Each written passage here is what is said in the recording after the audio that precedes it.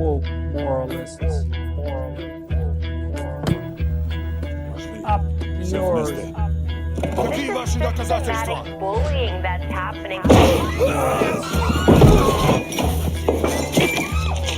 And they believe that Cocaína.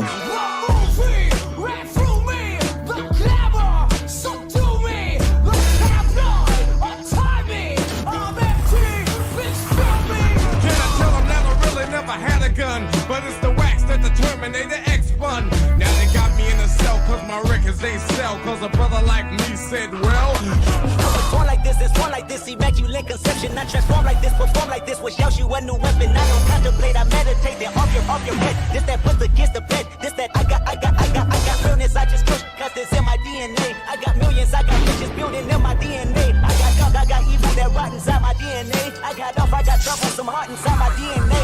They seem animalistic is what I mean. No, they're worse than animals. The woke mob, they ruin everything. They stop Ben Shapiro from going to events and speaking. They stop Ann Coulter from doing it. I will never surrender even a single inch of ground to a pitchfork mob. Never pay to the mob. We will never bow to the mob. Ever. No matter what. Do you see the violence in terrorist groups like We'll see count. They want you to comply. And we're back. Hello, everybody. Hello again to Lance's audience. Nice to see everybody. Hope you had a wonderful week. Good to see you too. Yeah. Went by quickly, I feel like. It did go by quickly. There's so much shit happening. And I didn't even get to make a video about whether or not Mitch McConnell is dead, which was on my to-do list, but we still don't know. Yeah. I wanted to go down the rabbit hole. I just didn't get the chance to, but we have no clarification. Every Republican is saying that they've spoken to him. Not every, I should be clear. Scott Jennings and I think GOP leadership and Jack Kimball, Representative Jack Kimball, GOP parody account on Twitter, said they spoke to him for 45 minutes and CNN actually showed his tweet. It was so funny. Parody account, not real. Oh, the parody account. Yeah. But yeah, we still don't know. Isn't there reporting that he's brain dead? He's medically brain dead, I think, at this point. I think that's the most likely situation. Yeah. And that they don't, I guess, I don't know, there's speculation that Trump doesn't want this out because then it causes mayhem, I guess, in terms of how his seat is replaced, because the governor does that, right? Is that how that works? Mike, you'd have to explain. Can you be in a coma perpetually forever and still stay on as a lawmaker if you aren't recalled? Like, is that it's like that's like 1/3 of the Senate already, though.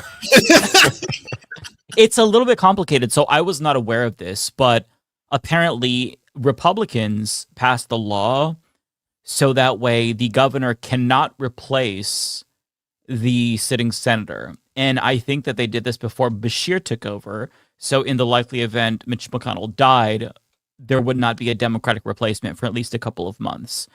And in the event there is a special election, it would just be like, let's say we hold it tomorrow. Well, the person who gets sworn in would only be there until January, because there's already a primary taking place with Charles Booker on the Democratic side, or a general election taking place with Charles Booker, and then the Republican, who I don't know who the new Republican is. So it's kind of a messed up situation. I don't know what they do. It'd be kind of a pain in the ass to hold a special election, but if he's not able to be there, then what even do you do at this point? I truly don't know. I don't think it's going to make much of a difference when it comes to policy, because Mitch McConnell wouldn't be like that missing vote that they need to pass the SAVE Act, for example, which is a voter suppression law. So I think they're just going to let it roll. They don't want to do the work. They don't want to have to hold a special election for like a seat for 3 months or 4 months or whatever. And they're just like, fuck it. We'll just weekend Bernie's this bitch. Like that's really what it seems like they're doing.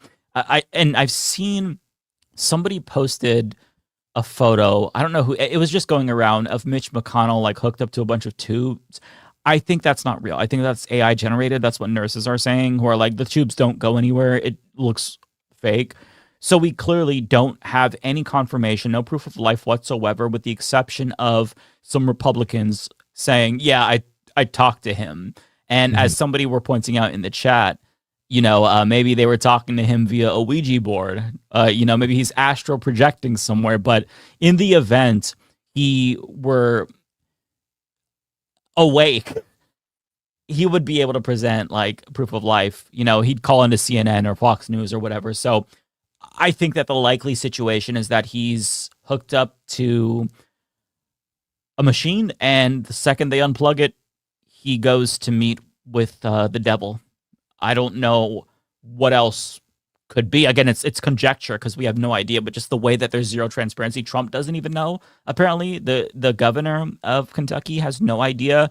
So this is such a funny situation. I'm so mad I didn't get to talk about it this week. Yeah, that one's funny. I didn't get to talk about Lord Binhead. I don't know if you saw.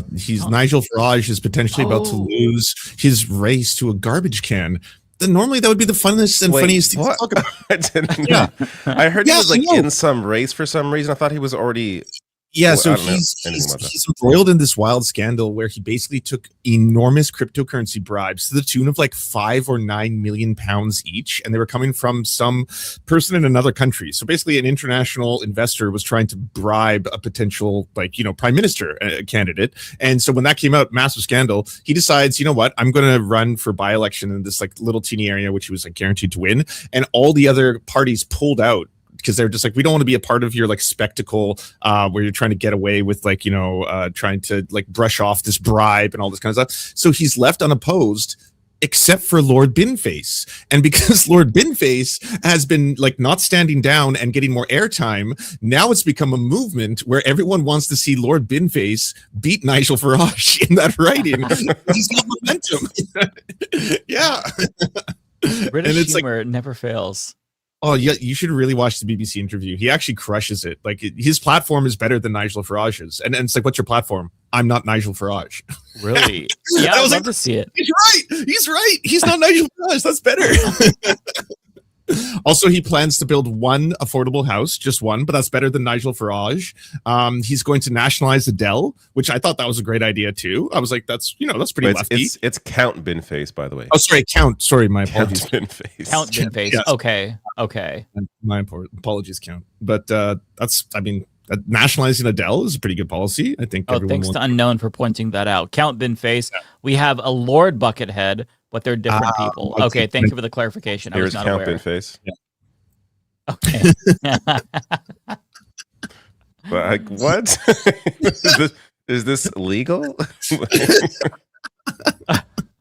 Because if a parody candidate wins, what happens next? I don't know. I don't even know if his policies are pretty out there, right? So. Oh, there's a furry too. Yeah. Is the furry an ally or an opponent? I don't know. Good question. I don't know. I only watched the video by Owen Jones on Count Binface today. Next to Labour is Andy Burnham and a protective British wildlife candidate at the count for last month's.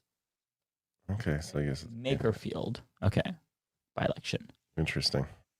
That is interesting. Mm-hmm. Oh. By the way, everybody, we have Zaid Tabani popping in today, and Ariana should also be here as well. We haven't heard from Matt, but we expect him to be here at some point too. So yeah, we should have a pretty stacked show today. Mm-hmm. Too bad there's nothing to talk about. So I'm so thankful. Yeah, it's just been a really slow week. So there's nothing happening, man. Yeah. Really quiet. No drama ripping apart the totality of our entire force and all of our colleagues. Yeah. Okay, so I have a couple of things that we can look at. We've been talking about, the fuckery on the Democratic side, but I just want to take some time to highlight the Republicans because like a month or so ago, Kyle Clark, he did an interview with this Republican candidate named Victor Marx, who is just batshit fucking insane. And I have some clips to show you, but I'm not going to bury the lead. This person won the GOP primary. So he is the gubernatorial candidate in Colorado. for Republicans. And the shit this guy talks about. Let me bring in some clips because you have to see it to believe it. I know some people already know about him. I don't think we talked about him on Leftist Mafia yet. I know I haven't covered him on my show. This man is truly just a gem. Give me 1 second. I'm gonna go ahead and David, can you remove your? Oh, there we go. That should do it. Okay. You're an author. Okay, hang on. I want to. Okay. So Kyle Clark has all of the different highlights from his interview. I'm just going to press play, and you take from this what you will. The stories that you tell about your life and your accomplishments are extraordinary. How much of it's true? All of it. You describe yourself as a high-risk missionary, a renowned martial artist, you're a ministry leader, you're a speaker, you're an author. What qualifies you to be the governor of Colorado? I'd say first is, what are the qualifications to be governor? I've yet to look it up. Main one for me, you first got to care for people. You got to truly care for Coloradans. And then it's a CEO position. It's not a legislator. And that matters to be able to build teams out, probably assign the right people in the right positions to help run the state. And that's one of the things I do well. Okay, that's just a small little taste. Okay. He almost seems like AI. Part of it is because of his mustache. If you look at how overgroomed his mustache is, it looks fake, like it could be AI. Okay, so let's get into his life story. He claims he saved 45,000 women and children. We'll just start there. I'm just going to go in chronological order. What? And by the way, I'm sorry, this is super soft. I can't make it any louder in StreamYard, so just... I was going to see. Oh, no, we can't. Maybe you can boost it, but... Your campaign website falsely claimed that you had rescued more than 45,000 women and children, and that claim has since been taken down.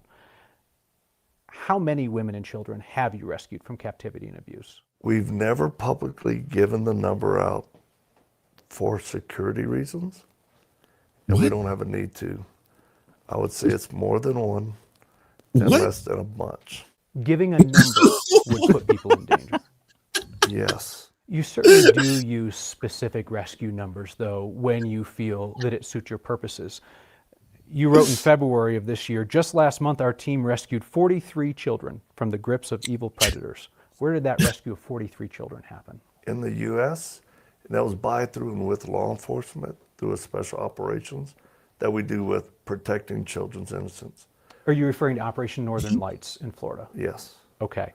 So the U.S. Marshals named 25 partner agencies, including 2 rescue ministries that were involved in that operation. They said nothing about you and your ministry. But you're claiming credit for those 43 rescues? They didn't even mention you. Does that mean we didn't help them? No, I'm just curious why you think that is. He's great, isn't he? We don't require that we be listed or named in any operations. What is the proof that you have rescued? Kind of by definition, actually. Well, I just walked you through our training center. You show me your own photographs. Yeah. Which are not proof of anything other than the fact that you took a photo with someone. People believing it or not, it has no bearing on our work. Let me throw out another theory and you can tell me what you think about it. Okay. What if the reason that you won't say how many women and children that you've rescued is because that number is actually quite small? But admitting that would hurt your fundraising. And now it would hurt your political campaign. So you cite individual stories of rescues, this one story in depth, this one story in depth, and then you tie those individual anecdotes together with big numbers, like we've helped 45,000 women and children. And if people think that your operation is bigger and more impactful than it is, it helps you financially, and it now helps you politically. I don't think that's true. And whether people think we rescued 1 or 100 or 300 or 3,000, I think the response is still going to be the same. We're doing the work that we say we do. Okay. Just the same. I might want to skip one. Okay. So I wanted to get to this. Can I ask a quick question? So what's What's his deal? Does he claim that he directly works with law enforcement to catch pedophiles internationally? And like, does he? How is he and his ministry involved in that? I honestly don't know, because my theory is that he is just trying to flood the zone with shit, because as you're going to see throughout this interview, he makes so many fucking claims about his talent, about a bunch of things he's accomplished, and there's little evidence for most of them, with the exception of one. He claimed, which is such a weird thing to say, right? It's like, this is a dude thing to say. I'm the fastest. I hold the record of like the fastest gun disarmer. That one is true. I don't know if he holds the record, but he can do it very fast. There's videos of him be like taking a gun from somebody. So because he has, the cred in that regard, maybe he thinks people will take him seriously on other things. But then there's things he says that it's like, wait, if this is true, that's actually very troubling. Like this video. So he's asked about how he was forced to kill a man at the age of 7. And this is the one that's going the most viral for obvious reasons, but it's still very 7. I would argue that there's other things that are funnier about him that I don't want to spoil for you, but let me let you see what he says about the life he took at 7 and the possibility of him taking other lives. Just listen to this. Your claim that your abusive stepfather forced you to kill a man when you were 7 years old, is that the only person you've ever killed?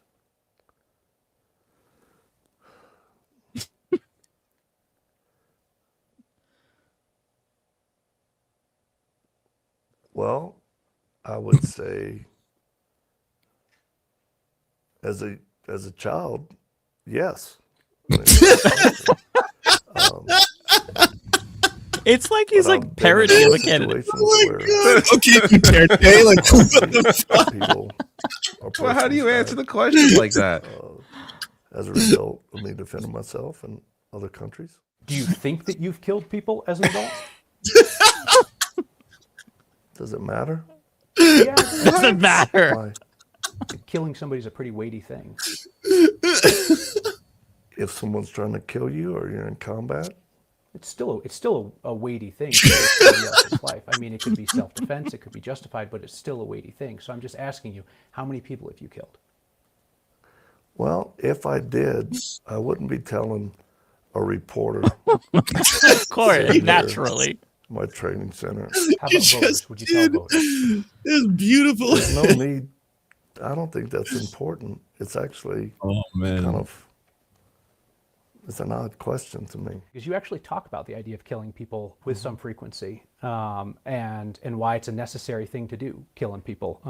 You said on NRA TV in 2017, now a lot of them just got to be killed. I've had them shoot at me and I had to shoot back. There's a time and place to eliminate the enemy, and you have to.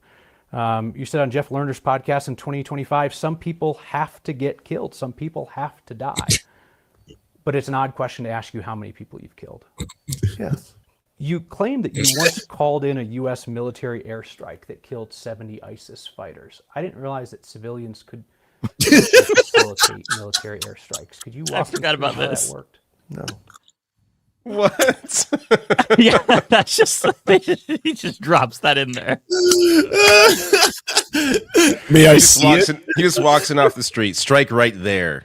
Boom. Yeah. Got them all. Like, what the hell? This is so good. Okay, we're getting to one of my favorite parts. This one is it's a minute. Okay. So this is a potential murder that he was referring to earlier. When you say the words "we caught them," do you mean your team caught them or you watched the Border Patrol catch them? We identified them. We were by ourselves, and then we brought in Border Patrol. And then you said, quote, "we made them pay a price." What was the price that you made them pay? Consequences through the Border Patrol. Last night when you told the same story at your town hall, you said, "we caught guys bringing kids in. They got their feelings hurt." You use that phrase, hurting people's feelings, frequently for acts of violence, right? Beating somebody up, shooting somebody, killing somebody. Did any of those things happen to those smugglers that you caught when you said they got their feelings hurt? I believe when I use the term feelings hurt, that could literally mean hurting someone's emotional feelings. and sometimes other things, but we were not involved in any acts of violence against those traffickers. Okay. Now we get to the exorcism part. This is my favorite part. Of course. Because he actually, I don't even, I just want to, it's funnier to let you discover. I don't need to say that. Just watch it. Just watch it. You perform exorcisms, commanding demons to come out of people. Can you explain to me how that works? I don't command the demons to come out of someone. I think of them as assignments or attachments. Oh, somebody was going to say, come on. And we identify the demon, like Jesus did. We ask what their name is, and then we give them commands. And they very frequently and typically will answer. Through the person's mind, they'll tell us what they hear, and then we destroy them, banish them to perfect judgment from Christ. You also perform these exorcisms by phone. Are those just as effective? They are. Where does the demon go at the end of the exorcism? We send them to the footstool of Jesus Christ, who we believe is sitting at the right hand of the Father, who then absolutely gives them perfect judgment of what happens. You don't charge for the exorcisms, right? No. Okay. But they were part of the how-to guide that was available on your website for $99, the Spiritual Warfare Guide with battle tools and resources. It's no longer available on the site. Well, I think that's a film, and it's always, whatever we have posted with that was, you can pay $1.99, but we've never charged. I've never looked at a person and asked for remuneration for casting demons to Christ or praying for someone. Do you understand why so many of your critics think you're a con man? No. That's the only way to answer I like that. how that question comes after the exorcisms part, because that's just yeah. He seems And the most fake there. And he thought about it. No, it doesn't make me a con man. I don't see why they think so. By the way, we have our special guest today. It is Zaid Tabani. Zaid, welcome back. Hello. What's up? What's up? I'm still fucking guffawing at that last clip right now. Oh my god, that guy. I don't know. They hate me because they ain't me. What a fucking clown that guy is. Oh my god. Yeah. His face also looks like just perfectly like rectangular, like he was made in one of those fucking square Jesus, man. Brave little toaster ass head. Yeah. Yeah. Yeah, he's Exactly. the GOP nominee for Colorado governor. Oh, that's right. Wait, no, He he's the won. nominee. I thought he was just a weird. Oh no, fucking way. Yeah, so it's honestly, if the Wait, Democrats, is that the guy who was like, yeah, I killed he killed people. Yes. He was like, that guy's fucking insane. What the fuck? yeah, he That's won that primary. Like, is it a crime if the crimes are made up? Like, if it's just in his head, is it still like? Can you I just don't walk around think being so. like, I murdered 1,000 people, but you didn't? Personally, I I think draw the so. line at Blackwater mercenary who was a guard at Abu. Hey, Ghraib. not everyone's here yet. That's me personally. You can't say that yet. You have to wait till Okay, everybody's here. I'm sorry. I don't know who we're talking about. I'm talking about Old. I'm talking about a fictional candidate that doesn't exist. Right. I don't know what you're thinking of, But no, Platner. that's crazy. That guy's fucking insane. Yeah. So who's he going up against? So he won. He won against he was he endorsed? No, Trump endorsed the other guy, didn't he? I don't remember who Trump endorsed. I know his Democratic opponent is actually really progressive and good. Bill Yeah. Weiser? Yeah, Is that who it is? yeah, is that his name? Phil Weiser? Yeah, I couldn't remember his name, but he was Phil endorsed Weiser- by David Sirota. Dude, there's a lot of it's kind of interesting because I've been looking at like polling and everything like that over the last year, especially with like how the generic ballot is versus like where, because I'm still on that kick of like we're repeating 2005, so I'm looking at like generic ballot versus like actual results. Democrats are running like on average like a plus. Well, specifically, progressive candidates are running a plus 14 to plus 20 like difference between what the polls are saying, and the generic ballot for Democrats is down, which kind of is lower than it has been in other like wave years, which kind of shows people are fucking mad at this party, but don't which is kind of like some people are like, well, I don't know if they're going to take. I'm pretty sure the Democrats will take the Senate and the House, but I don't think that party leadership. I think the writing is so on the wall for everybody who is at all like involved in and around party leadership with this shit. And then especially with like because Malat Kiros is from was that in Colorado as well? Yeah. Yeah. Like that's a huge like fucking. So I know you guys have probably already talked about it, but that was like that was the big. I was like, whoa, okay, like writing is very much so on the wall. And then also a lot of Trump's candidates are losing. Like he hasn't had a perfect track record this year with some of his endorsements. Yeah, I'm not as optimistic as you. I think they'll probably take back the House. I'm much less bullish on the Senate, we'll say. But I like the positivity, and I hope that's the case. My only fear is that the Trump, like the MAGA chuds, like the diehards, might turn out during the midterm special elections. Sure, Democrats win, but it depends on whether or not the Trump chuds are going to turn out. Maybe they don't turn out as much in special elections. They're less galvanized. It's really hard to say. And I'm just, I'm so cynical, and we've seen so many elections like go south when you expect it to go one way that I'm kind of like clenched in my butt cheeks either way, but just like really hoping that, Republicans lose as much power as they possibly can. I don't know. I don't want to say it's a certain thing, but I do think that like a state that people aren't looking at as much as they should is like, because my girlfriend is from there, and her father was involved in politics around there, is Iowa.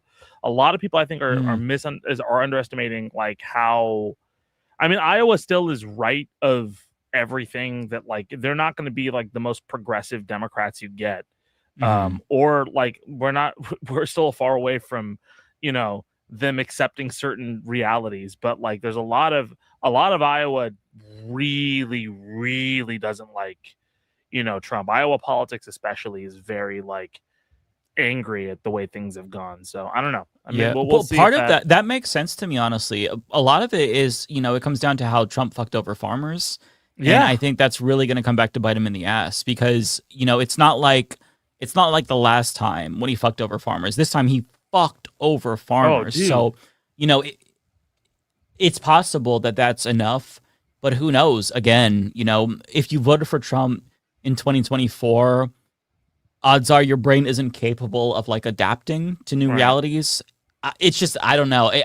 I stopped trying to predict American outcomes because I think you're cynical. Right now, mainly because you've not seen enough Blackwater mercenaries run for seats. Okay. So like, listen, if we just give it some time, maybe more will jump in. Maybe some from that's the last one I'll make until more people come in.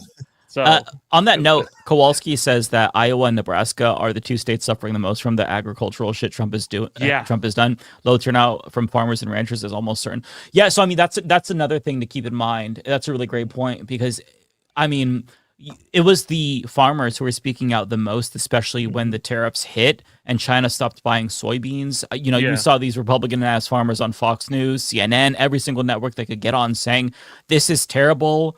We're losing our biggest customer, which is China. So we'll see if that actually has any sticking power. On top of that, there's also just like the gas prices from the Iran war. Americans, they're against war, but it's the effect on them that really hurts them.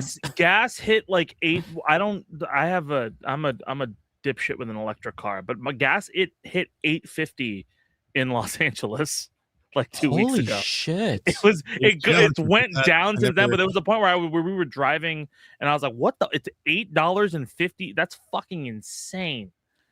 Yeah. It's crazy. What's that in liters? Do you guys know what that is? Yeah, I have no context for American gas. It doesn't make any sense to me.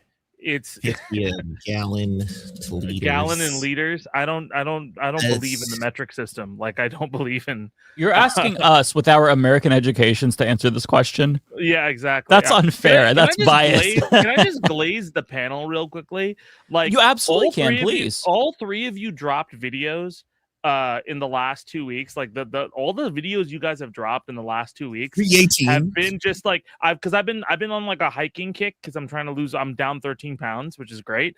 But like I've been just basically throwing on David Doel, Humanist Report, and the Serfs, and you guys have just been fire for the last like 3 weeks. Yeah, as opposed to every other time. But that last 2 weeks you've been killing. No, I mean, like honestly, some of the best work I've seen you guys do. It's awesome. Wow. And like needed commentary.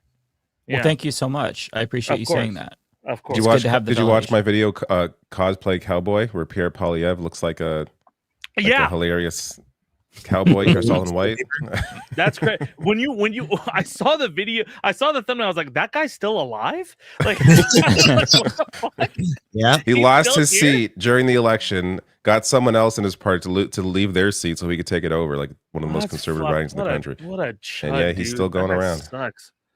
He sucks, but our actual prime minister is trying to pull us into your war, so that sucks more. Yeah, I mean, the person with actual power, you could argue, is worse because he has power. First off, we want everybody. Like our war is like a party. We have it every like 10 to 15 years, and then we act like we did nothing wrong, even though we globally, fucked over everything.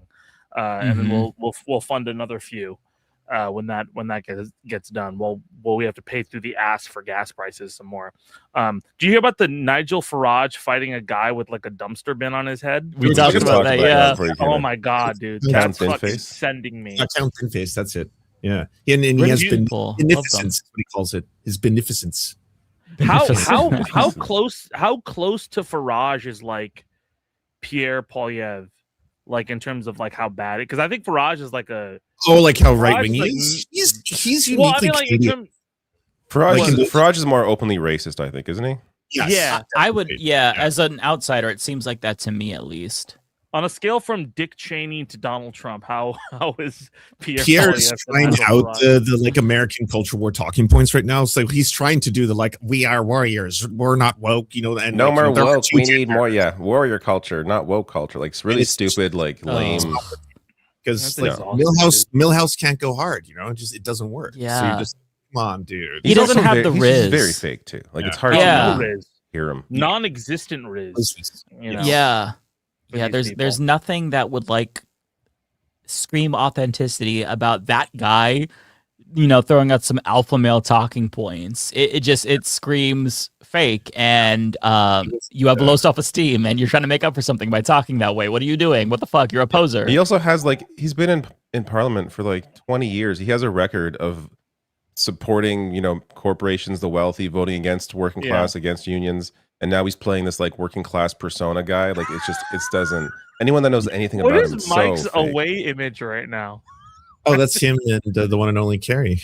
Oh my god, that's amazing. Mm-hmm. That's amazing. I'm behind. I heard this thing from I think it was either the Daily or Jon Stewart or somebody else say like when they had met a bunch of people who were like when he was talking about he has a big kick about like just the political world in that industry, and he was saying that a lot of these people are like people who wanted to be. I mean, we've talked about like who wanted to be actors or like celebrities, and then we're just like, well, this isn't fucking working. Let's just go into politics, right? Because it's the same kind of like attention economy. But I feel like a lot of them misunderestimated how like because when you're a big thing in acting with charisma, there's always like a backlash factor to that. And I think a lot of them underestimated the exhaustion people have with seeing your face so much that they're just they're tired of you, I think there's that. And also I'm just thinking in my head, like, is there anybody like, I kind of wonder what like a Pierre Polyev stan looks like how depressing your life has to be where you're like, yeah, this is my guy. I don't even know if that person exists. Like to your first point, I think that's what happened with Trudeau. Like, not to say there aren't reasons to not like Trudeau. No, but 100%. I think over 10 years, people were just like, all right, I'm like, I can't even hear this person speak. He sounds so terrible. Like, just his cadence is annoying. It's exhausting. Yeah. Because they replaced him with somebody like worse, and he won in a landslide. Like, it's just, it really was about the person up top. I mean, the other part of that whole thing was, of course, Trump came in, and then, you have Pierre Polyev aligned essentially, at least the way it was presented, aligned with like the Trump side, and people like really in Canada, of course, did not like Trump during that election.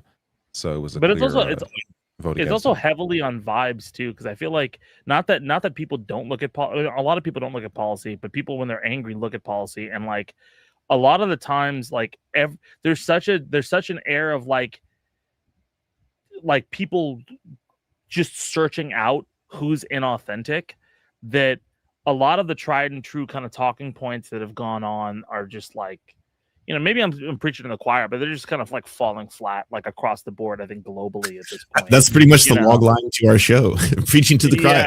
Preaching to the choir. Welcome to the Leftist Mafia. Hey, what do you guys think of leftism? It's great. All right. I support leftism personally. There may be some disagreement in the chat. Chat's not for socialism. Some moles. The chat is all ardent capitalists who are like, you know what? Hey. 2028. Hi. Hey, Ariana. Hello. So you're here. We don't know where Matt is. Matt is where's Matt? later than usual, and we haven't heard from him. Was he on Majority Report today? I have no idea, but I have some things to say to the chat. Okay. Now that I'm here. Oh, before you say that, your microphone is the wrong one. It's showing me it's the right one. Is it? Yeah. Maybe it's my internet that's making it sound muffled. My apologies then. No, it you're did, fine. It did sound like it was a little bit. It did? Okay. Tinky or something. Or Is it better now? Yeah. I'm just letting people know that I'm eating homemade biryani while That looks amazing. I was going to ask you what that was. It's homemade biryani for me to lose weight with, so it's good. Hell yeah. Yeah, I'll give you Sounds guys the amazing. recipe. Yes, Nice. please do. I have a good Indian place near me. And it's That's delicious. awesome. You should also know that most Indian moms and aunts will tell you that it's a special recipe, but it's just shan masala they get from the store. I know it. Oh, really? I'm glad to hear that's the same thing in all cultures. Yeah. This is my homemade recipe. It's from the back of a box. I'm like, oh, okay. Thanks. My mom, That's nice. I asked my mom to come up one time and make us biryani. And I was like, I'd gotten like all the onions and everything like that. It's like, we can't use this. And we went and we got store-bought like fried onions to put in it. And I was like, and all these like store-bought like pre-made things. And I was like, this tastes like so much better than all this fresh shit that I got. What am I doing? All right, Ariana, take it away. Ariana, you spit. Go ahead. Hello. So I just want to say that 2 months ago, the chat really roasted the fuck out of me because I said that I don't like Graham Platner, I don't trust him, and I will not endorse him or support him. You guys fucking dragged my balls through shard glass for it. So I would just like to say that I would accept apologies in $5 and plus super chats. Thank you very much. Thank you very much. I have been waiting to come on here and say that. First off, Ariana, I take offense to that. First, are you telling me that like do you doubt the veracity of a Blackwater mercenary? They seem so trustworthy all the time. I'm just saying, like, it shouldn't have taken him being a rape. First of all, like, y'all really thought Blackwater mercenary was just gonna stop at killing. Okay. But it really shouldn't have been rape that, it should have been many of other things. But it should have been Blackwater mercenary like fucking 10 months ago. But so I accept apologies and super chats. Thank you very much, because y'all had a lot to say. You guys had a lot to say on my name. You guys were dragging me, and I'm waiting for the super chats to come in because it was abuse. It was verbal abuse, and I feel like I deserve emotional compensation. Thank you very much. That's it. I think That's you should all be my like, you should do like, there was a point where like right after the Drake beef, I was on a podcast and FD Signifier was just wearing sunglasses. Like, I fucking told you he's gonna lose. I fucking told you this guy was fake. I feel you should just be on here just wearing sunglasses, just being like all like, yeah, what do you have to say now? What do you have to fucking say now after this shit? Yeah, and to add to your note, Ariana, that's I think that's the thing that really bothered me the most, is that if you look at like all the people who were really gung-ho on Platner and all the people who were like, fuck this guy, it's not coincidental that it was like all the white people were pro Platner and all the people of color, especially like black people and Middle Eastern people were like opposed to Platner. And I feel like that really requires some self-reflection from the left, the white left, because it kind of like, to me, my biggest sticking point is that it feels like a really bad look, just terrible optics that, you know, a lot of white leftists are like, it's fine if he kills brown people, but I draw the line at him having a white victim. It just reads as tone deaf. It reads as there's no international solidarity. Middle Eastern people are going to think that we're self-interested. We just want to throw them under the bus if it means we get, you know, things we want, like Medicare for all.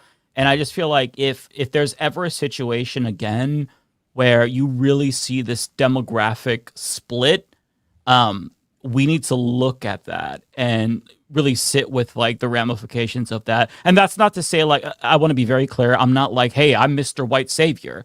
I have fucked up myself. I did not take the red flags of Fetterman seriously. There were serious red flags. He chased down a black guy with a gun when he was the mayor, and, you know, he harassed him and whatnot. And to me, I kind of brushed that aside, and I was just like, yeah, you know, that's problematic. Hopefully that was a one-off, but you have to understand these things aren't one-offs. And if a community is telling you, hey man, there's more there, you really should listen. And it's not like, you know, this is going to give us all the tools we need to learn and grow. It's going to give us some, but we're going to fuck up in the future. But I just feel like as a community, we need to have a little bit more solidarity and try our best to not shut each other out and like jump on bandwagons and, you know, shout down people, especially like comrades of color, because it was really disappointing. And it made me feel like, man, the left is, no, I'm not. Okay. So for this comment here, I do want to address this. I'm not calling Platner supporters racist. What I'm saying is that as white people, we have blind spots that people of color don't have. I'm calling this guy an idiot. That's what I'm. Yeah, I feel like it's pretty clear. Fucking thing you went to. What is your hearing? Please learn media. Like after all the fucking thing after everything he just said, after all the news, you're like calling Platner supporters racist. Please leave. Find another hobby. The fuck? I'm sorry, I don't want to fucking push people away from your stream, but like, what the fuck? You gave a very coherent answer to what was going on, and that's the first fucking thing that came up. Here's the thing. Unlike Ariana, because I was worried, there are certain people who are brown who are worried because of these kind of responses, who talk about things, who are like, I feel wary about this guy. I don't feel like I trust him, but I don't trust any politician, right? Yeah. But like, that's because a lot of brown people are afraid sometimes we operate off of survival because of how shitty this stuff is.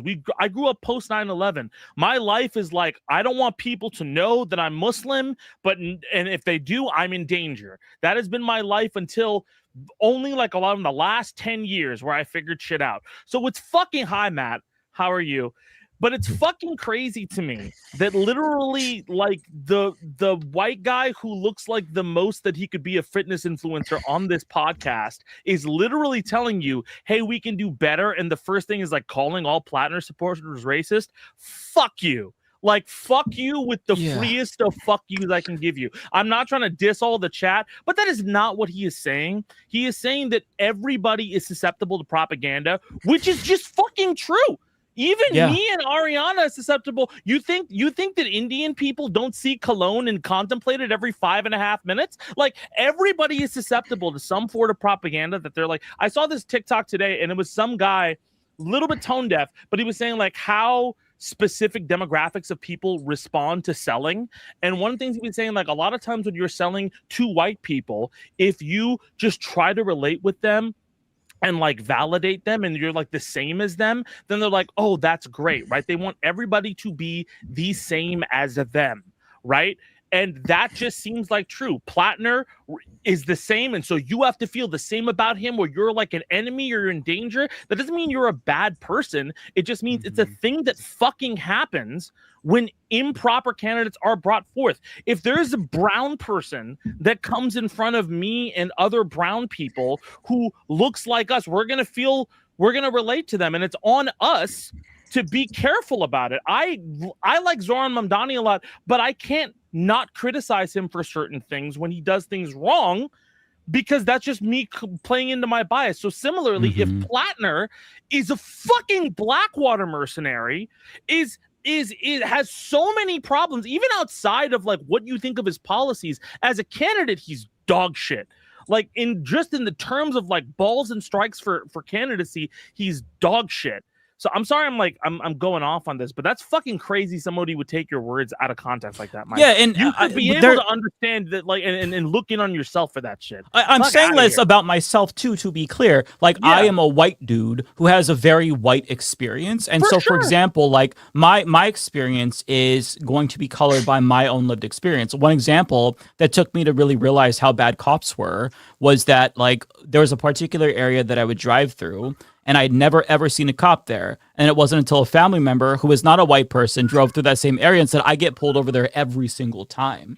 And to me, that's where, you know, one of the first few times it's like, oh, this is what happens. Like, this is the difference between my interactions with police and people who are not white and their interactions with police. It takes like learning from different people who have different experiences. And that's all I'm saying. I'm not saying that like every white person is evil automatically, although some, so I think that individuals like that person is kind of echoing what Ryan Grimm said, that like, hey, this is, the left having to confront their anti-white bigotry or whatever. Like, that is stupidity that needs to be addressed, and we shouldn't be talking about like anti-white racism on the left. Just like, if you do that, you're stupid.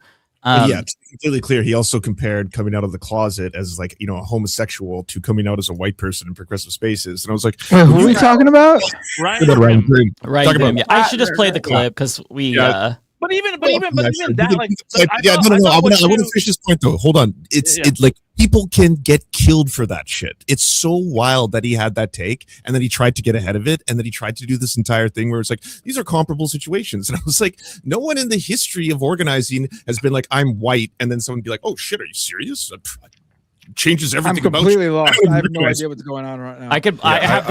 I've never heard this Ryan Grimm quote. Yeah, and to be very clear, just to preface this, I love Ryan Grimm. Everybody go subscribe to Drop Site News. Amazing journalism there. On domestic issues, I think sometimes his commentary is ass. There was that one clip of Emma too that started going around too, and like, mind you, I love Emma, but what she said was a bit diabolical. I was like, oh. But no, I will defend Emma on that point, because she was making a larger point that she doesn't care what you believe in your personal life. It matters how you vote as a politician. When you're a politician, she views politicians, and I view this the same way, as a tool. As long as you're a reliable tool for the correct positions, then it doesn't matter what you believe in your heart, because we can never really know that anyways. That's the point she was trying to make. Obviously, maybe it came off a little weird using the Nazi example. I'm not sure which one we're referring to. She basically said that she doesn't care if a politician is a Nazi as long as they, I'm paraphrasing, as long as they go into like their job and they vote properly on like bills. She was saying, I don't care if Bernie or AOC are secret Nazis as long as they vote the right way. And but it was a larger point about how politicians are tools and not like. Listen, I get all of that. I really do. And I really like Emma. I really do. I look up to her. This is not a slight against her at all whatsoever. I've met her in person. I think she's great. I just that's one of those takes that like, I'm sorry. I can't. It's a tone deaf take. I love Emma too. Yeah. But I mean, I've said tone deaf shit too. That's the whole point. It doesn't matter what a politician actually believes when it comes down to it. Like, the common refrain is, oh, it's that person's really. But you don't know what's actually in their mind or their heart. Someone you like right now could be the most racist person in their private life, and you don't know. I mean, that's the point. You don't want an administration filled with Nazis. But they vote that way. They vote as Nazis. They act as Nazis. Like that. There's a difference between the whole point. The whole point is politicians are tools for the vote. It's not that it's a realistic scenario. The point is that it doesn't matter how someone feels in their heart if they're a politician. What matters is what they actually do with their role as a politician to help people. I think the context is understood. I think the context of the thing is understood, but the way it was expressed, but the way it was expressed was tone deaf. And I think I think that's the kind of point. Like, I'm not stupid. I understand what she's trying to say. Yeah. Like, I understand. It's just like also a bit of an insane thing to say when a lot of your viewers are people of color and marginalized people. Also, but right, it wasn't the best example, but the point remains, I think. The point remains, but the general trap, I think, especially in this era of politics, is we're in a point where we're just in the audacity economy, right? Where we have to say crazy things to get attention. And even if it's a salient point, the way she was making it, that's specifically structured because she's like, okay, this is something extreme that will catch people's attention, but if they look into it, they'll understand what the context is. We're not in an environment right now where it's easy to discern context with this much noise going on. So I can completely understand what her intention was and what her point is, but making that statement was a little tone deaf, and I think that she would understand that, hopefully, right? But at the same time, I just think it could have been phrased don't you think it could have been phrased a little bit better, Matt? I feel like yeah, sure, I guess, but I guess the whole point. But I guess the whole point was people going on about Platner's tattoo. So I guess that was the example she went with. Of course, not the best one, but I think the point remains. And also, I think it is what it is. We know what we know about the guy now. We didn't know this before, and I think people have changed their mind on him right away. But this is one thing that I have to ask because it's really bothering me. Do you not think that there's a problem, at least optically, at the bare minimum, that leftists were like, yeah, Platner's awesome, fuck yeah, knowing that he had killed brown people, but they're only drawing the line now that he has a white victim? I don't know if people were thinking he was awesome. I mean, I never really, for me personally, I didn't really I defended the idea of someone having that tattoo because I know people, not in my real life, but from doing work on covering white supremacy and white supremacists and neo-Nazi groups. I know that there are people who got that that's a common tattoo among especially military people who might not know what it is when they got it. So on that specific putting point, aside the tattoo, Mike is talking about killing people, though. He's talking about the tattoo. I think that was the main legitimate issue to have with him. Everyone was continuing on about the tattoo or about the previous allegations from that Republican apparatchik lady, and those to me didn't rise to the level of obviously not good, but didn't rise to the level of this is someone that couldn't have changed over the years or whatever. I will mention as well, but for me, the Blackwater stuff was always a legitimate criticism. Absolutely. Yeah. But I think also we have an environment where we don't recognize moral inconsistency.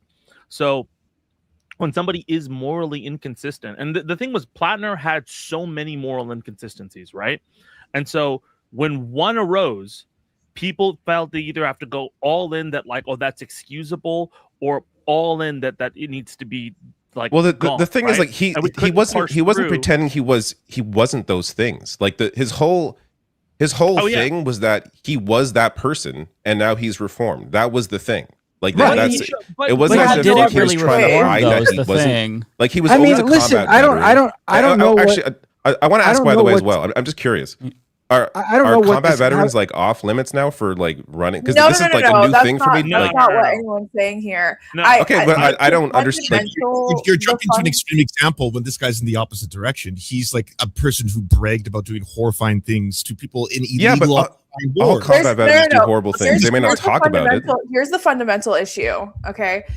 Not only did he go to the Middle East and gloat about doing horrendous war crimes in both Afghanistan and Iraq, but he came back and then he joined Blackwater. Mm-hmm. That's the biggest red flag, because even if you want to say, oh yeah, he's reformed, I've met veterans who have been in combat, who have killed people, who have come back and they do intense rallying and standing up against everything that's happening right now in DC. I've met multitudes of veterans who have seen the light.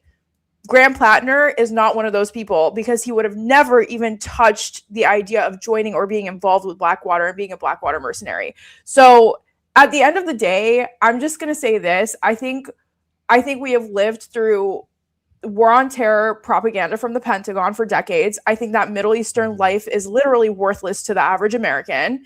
And I think a lot of Americans do have implicit bias where it's like, yeah, I'll excuse the fact that he bragged about murdering brown people within the context of an occupation. And I'll excuse that he even joined Blackwater after, because I like what he's saying. And I also want to make another point that I think is incredibly important within this context.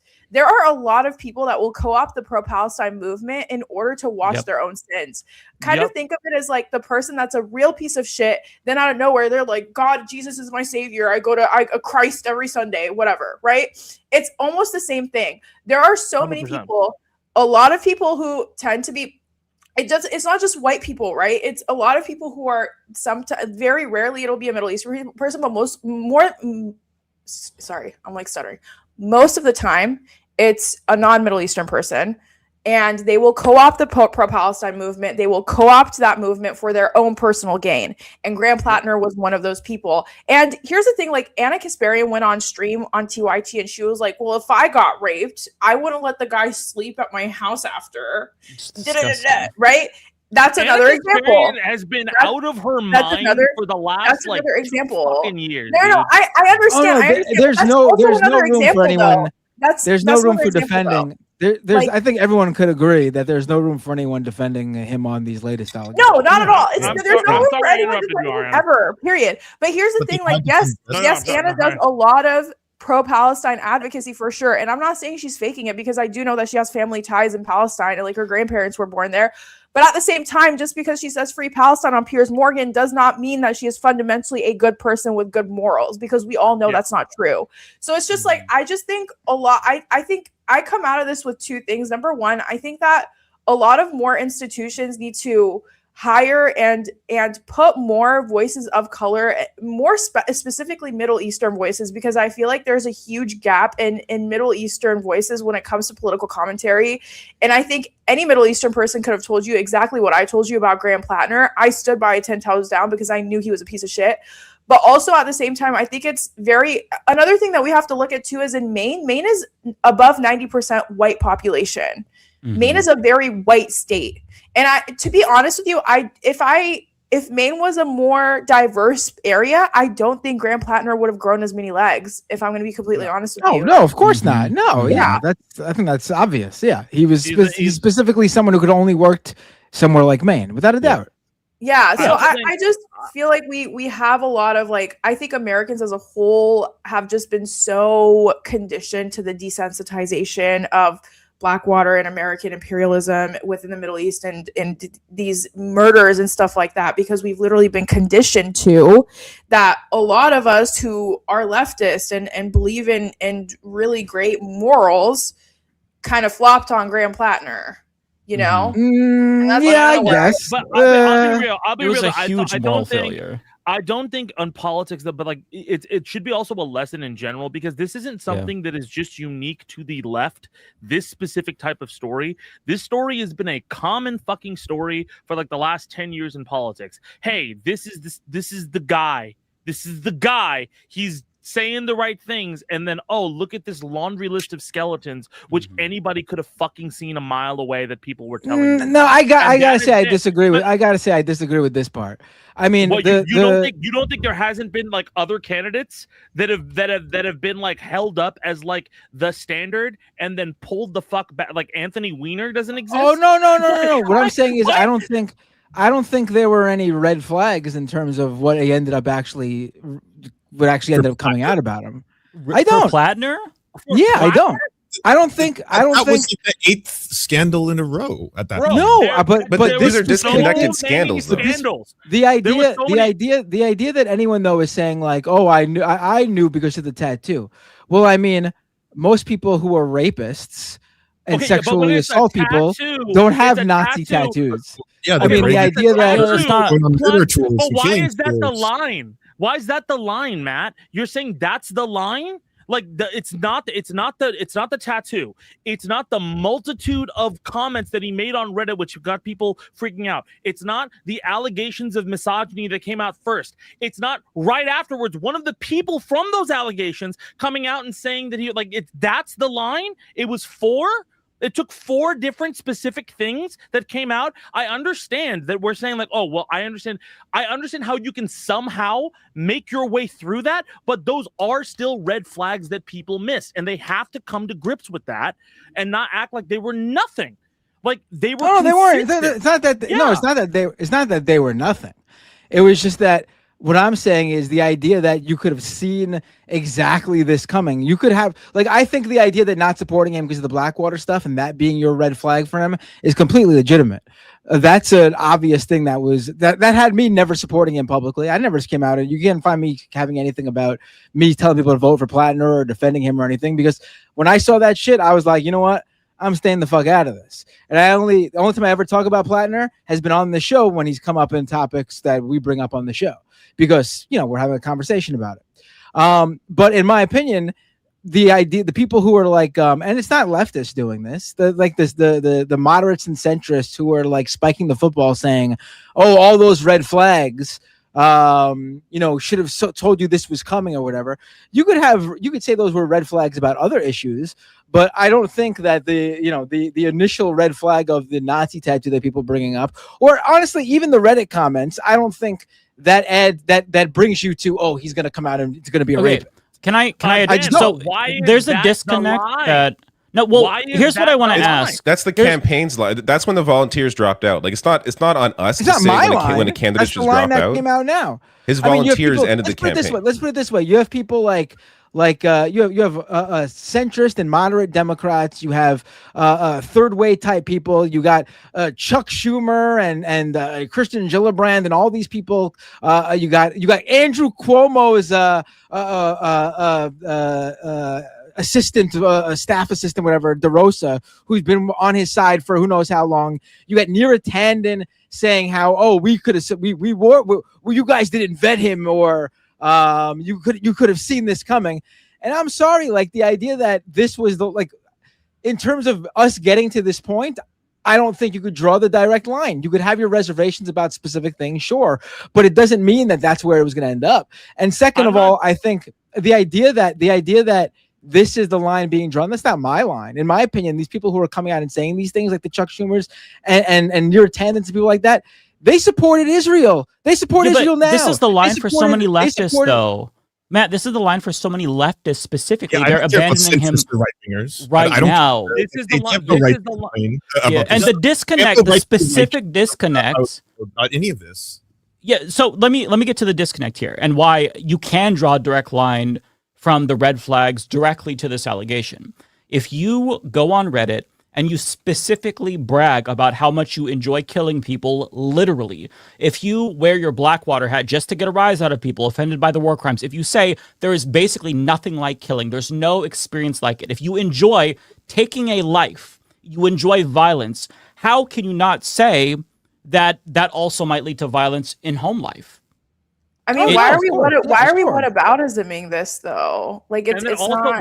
why is that, like why are the Reddit comments excusable for Platner, but from some similar like talking heads on podcasts, Daria Liza's comments are inexcusable? Oh, like, but that's not me. That's you're using a completely separate example. For you, but what I'm saying is that there are other. This has been a consistent narrative from multiple people. Like, hey, we do not trust this guy, right? Mm-hmm. And I understand, like, but I'm saying this is not a mea culpa moment where you understand. Like, listen, there are things that we should have understood and we should have looked out for when vetting candidates before we just constantly try to excuse things. Like the first drop of information should have been like, we need to look into this guy a little bit more and figure out if he's somebody we should be consistent with or if we need to make a change now. If the New York Times article dropped a couple months ago and people looked into it and those allegations, which were reported to the New York Times, were accurately reported then, right? And all of a sudden Platner had to do a mea culpa there, and we would have had more time to vet a candidate, put him up, and replace Platner than now. after all of this stuff has happened, after we're through a primary and all that kind of stuff, like this could have been solved months ago.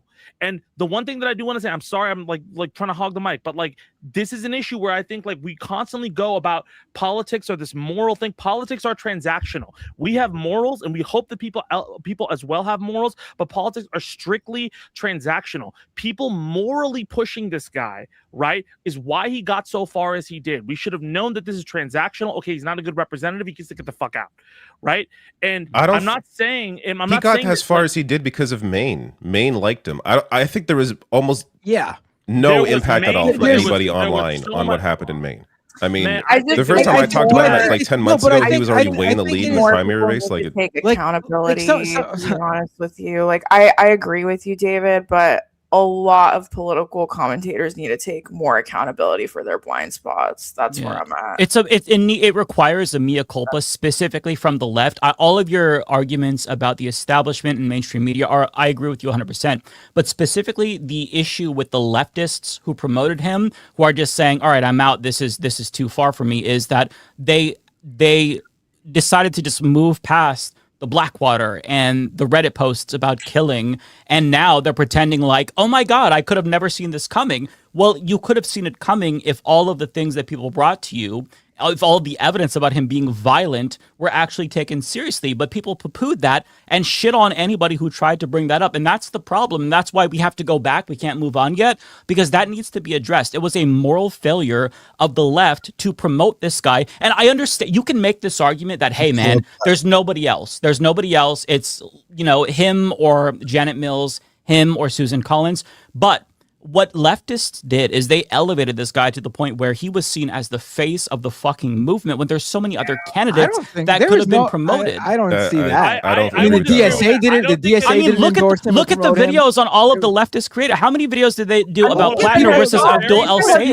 Multiple YouTube videos on Who are even talking about? People interviewed him. And there's a lot of leftists who did promote him, but I think it's a very specific brand of leftist who specifically made him the face of it. I don't think that's the universal face of the left was Graham Platner. You have no. I don't know anyone. There was dick riding because we saw him as one of our own, right? He watched our podcast, so let's ride his cock. When it's like, no, you have to have objectivity because there's red flags that you're ignoring, and you're shitting on anybody who tries to call up these red flags, that is so frustrating. And you have to reckon with that. You have to reckon with the fact that you got this wrong, and you need to understand why you got this wrong, and you need to grow from this. Otherwise, we're going to get rolled by some fucking Manchurian candidate who 10 years down the line is like, hey, man, I used to be in the IDF for an ICE agent, but now I support Medicare for all. Like, are we just going to let them into the movement? But I have a question. Do you think Graham Platner's a right, like an actual, like politically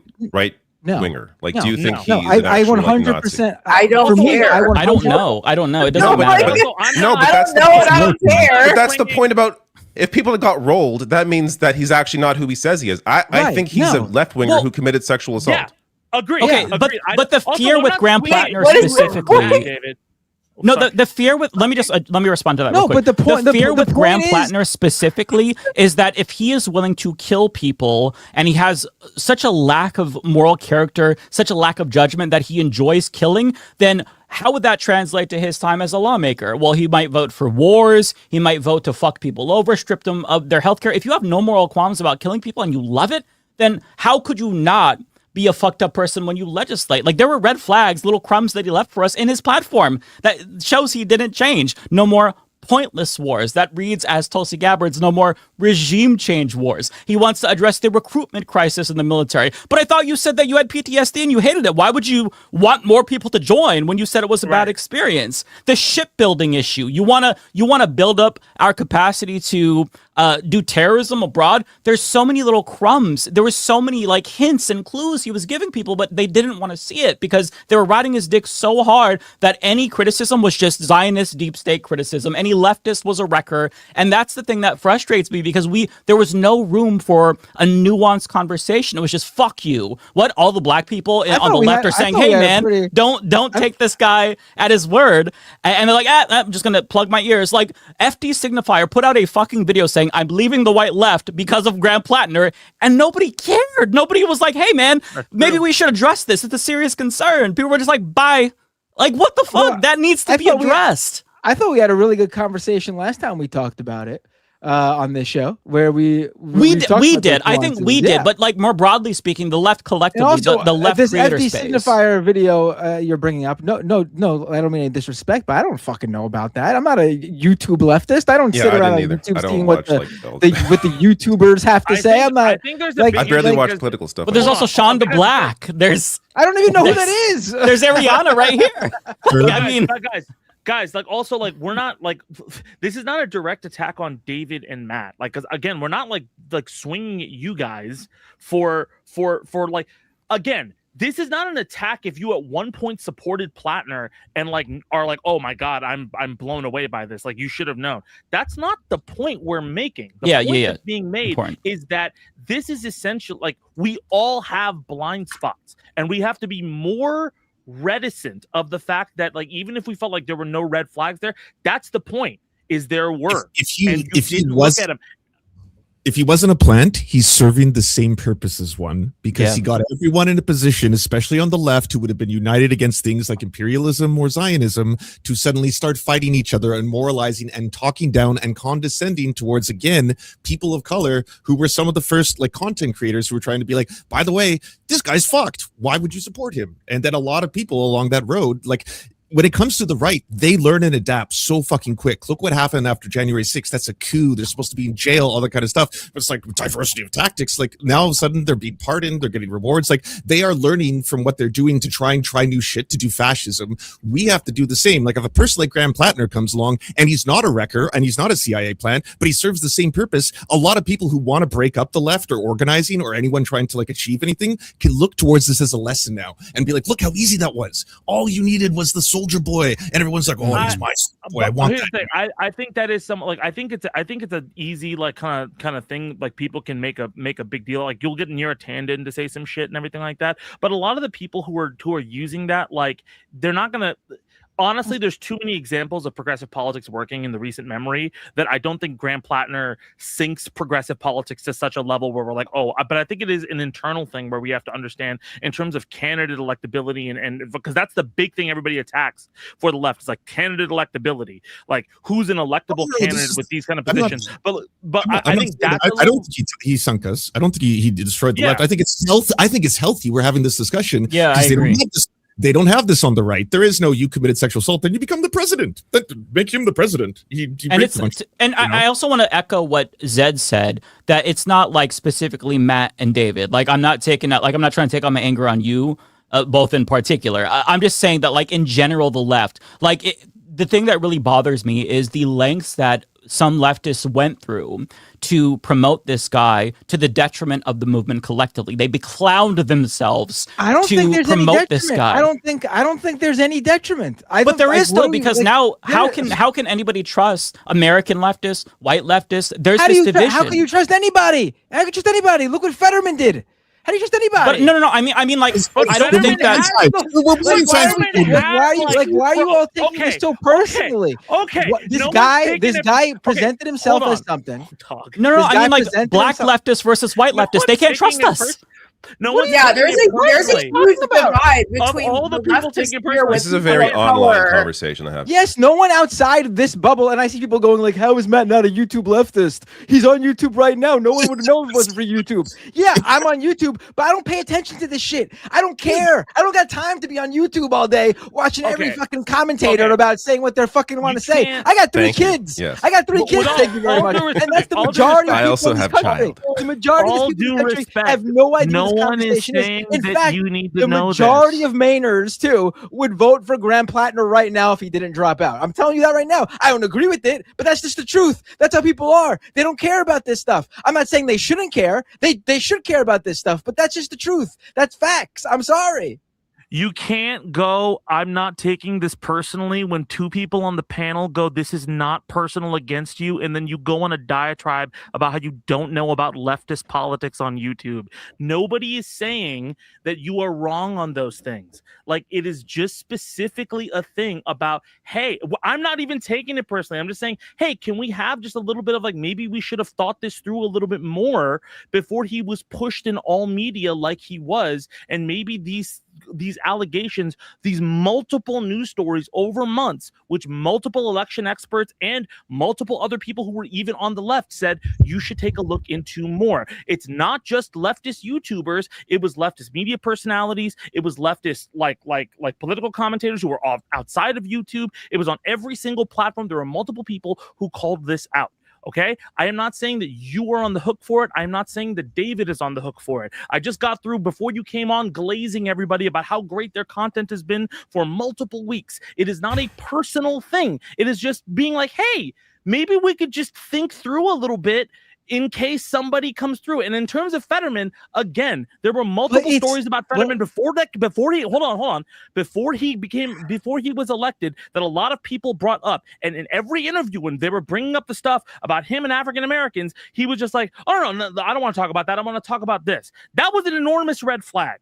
Okay, which now we don't like let that kind of stuff slide. So maybe in the future, when there's somebody else who comes up, we can have this other litmus test to make things easier. That's kind of the point that's being brought up. Not, hey, fuck you guys for supporting it. I completely understand where you were coming from, because hey, even to me, before I found out the Blackwater stuff, he seemed like a cool candidate. But after all of that stuff, I was wary. That's all that is being said. I'll let Bender talk. I just want to mention one thing.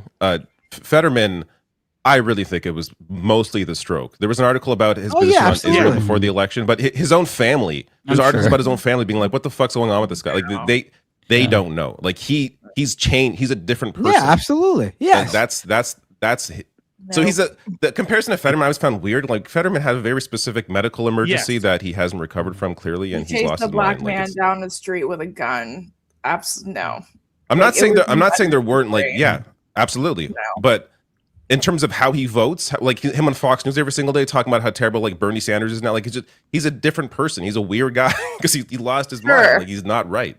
Sure, if right is greater than it was, but the core, the base of the person was rotten. Yeah, there was a rotten core. It's possible that was always there, and it never came out till he had the stroke. With a gun, no. Yeah, and to be clear, to speak to Matt's concern in particular, I think it's a fair point that like you're not expected to watch every single commentary video about this. You're not terminally online, but when this was brought up to people, it was poo-pooed. One example, Majority Report. I love them. No disrespect to them, but just as an example, one of the callers or people sent an IM, and they were trying to address their concerns, and they were like, "Well, good luck finding your perfect purity candidate." When it's like they're not just like bringing up some banal bullshit. Like they're talking about his murder. Like this is a war criminal. This isn't something that's just like frivolous. And even people in the chat, they're like, Mike, you're doing woke identity politics. And that's the problem right there. We can't have a conversation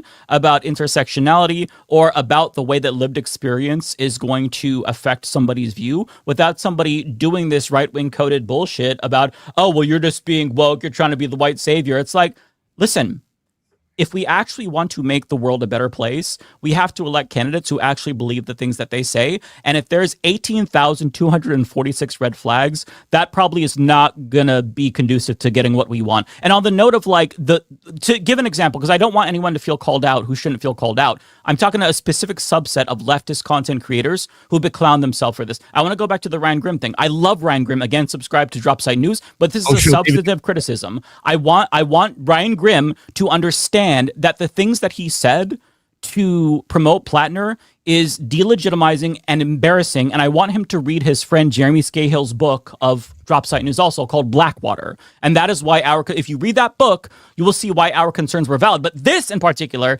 is one thing that I think it just makes people feel so frustrated with the left, because how can you, with a straight face, say this and then expect us to take you seriously ever again? Like it's delegitimizing, and I wish they would like address this meaningfully. Let me just press play and shut up.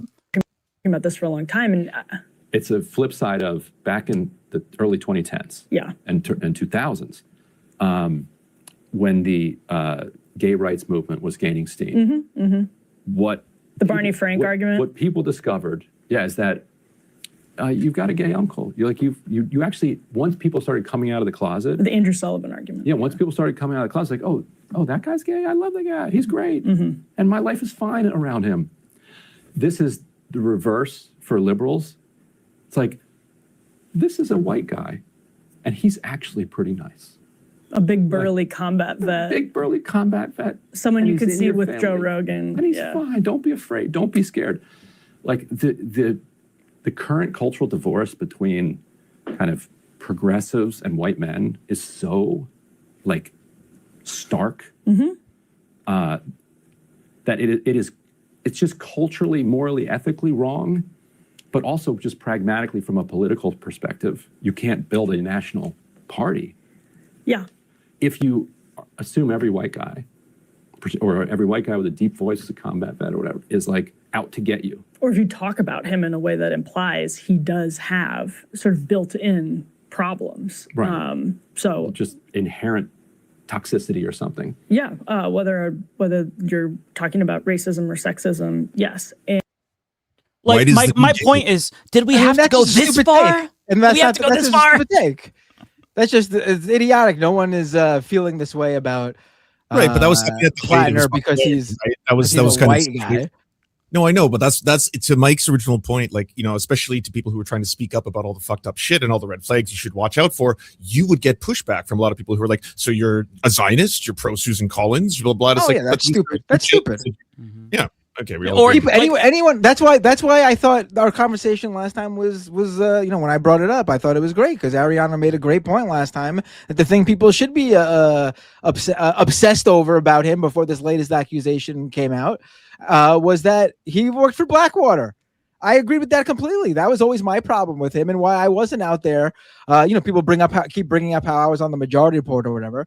I didn't join them in pushing Platner because I had reservations about the guy myself because of that specifically. I just would come out and talk about the Nazi tattoo stuff because I thought that was a dumb reason to that everyone was harping on. That was just my opinion on it. That's it. I just my whole thing. I don't want this to be like a we were right, you were wrong. Let me take this win. Like I don't give a shit about any of that. I'm gonna be wrong in the future. You all can fucking like throw that in my face. I'm gonna take Elsa in the future. All that I am asking for is for all of us collectively, just on the left, to really think deeply about the blind spots and how we got here and try to learn and grow from that. That's literally the only thing that I want, because if we don't learn from this, I fear it's going to get worse in the future. I think that to be so shocked to see this revelation and be like, oh my God, he lied to us. No, you just weren't paying attention, and you have to address that. You have to address, if you knew, like, to be fair, maybe you know, Matt and David didn't know, but if you knew about the Reddit post, the specific ones where he talked about killing people, and you just like shoot that away. He fantasized about participating in the genocide of indigenous people. That was one of his things. Right. If you can dismiss that, sit with why you could dismiss that. These are things like, and I'm not saying like, oh, I'm perfect. I don't have any biases. I'm just saying that we all need to learn to try to. I'm sorry. Go ahead.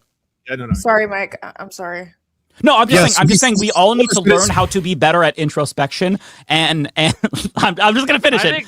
We all have to be better at introspection and not shut each other out. And their lag is destroying this conversation.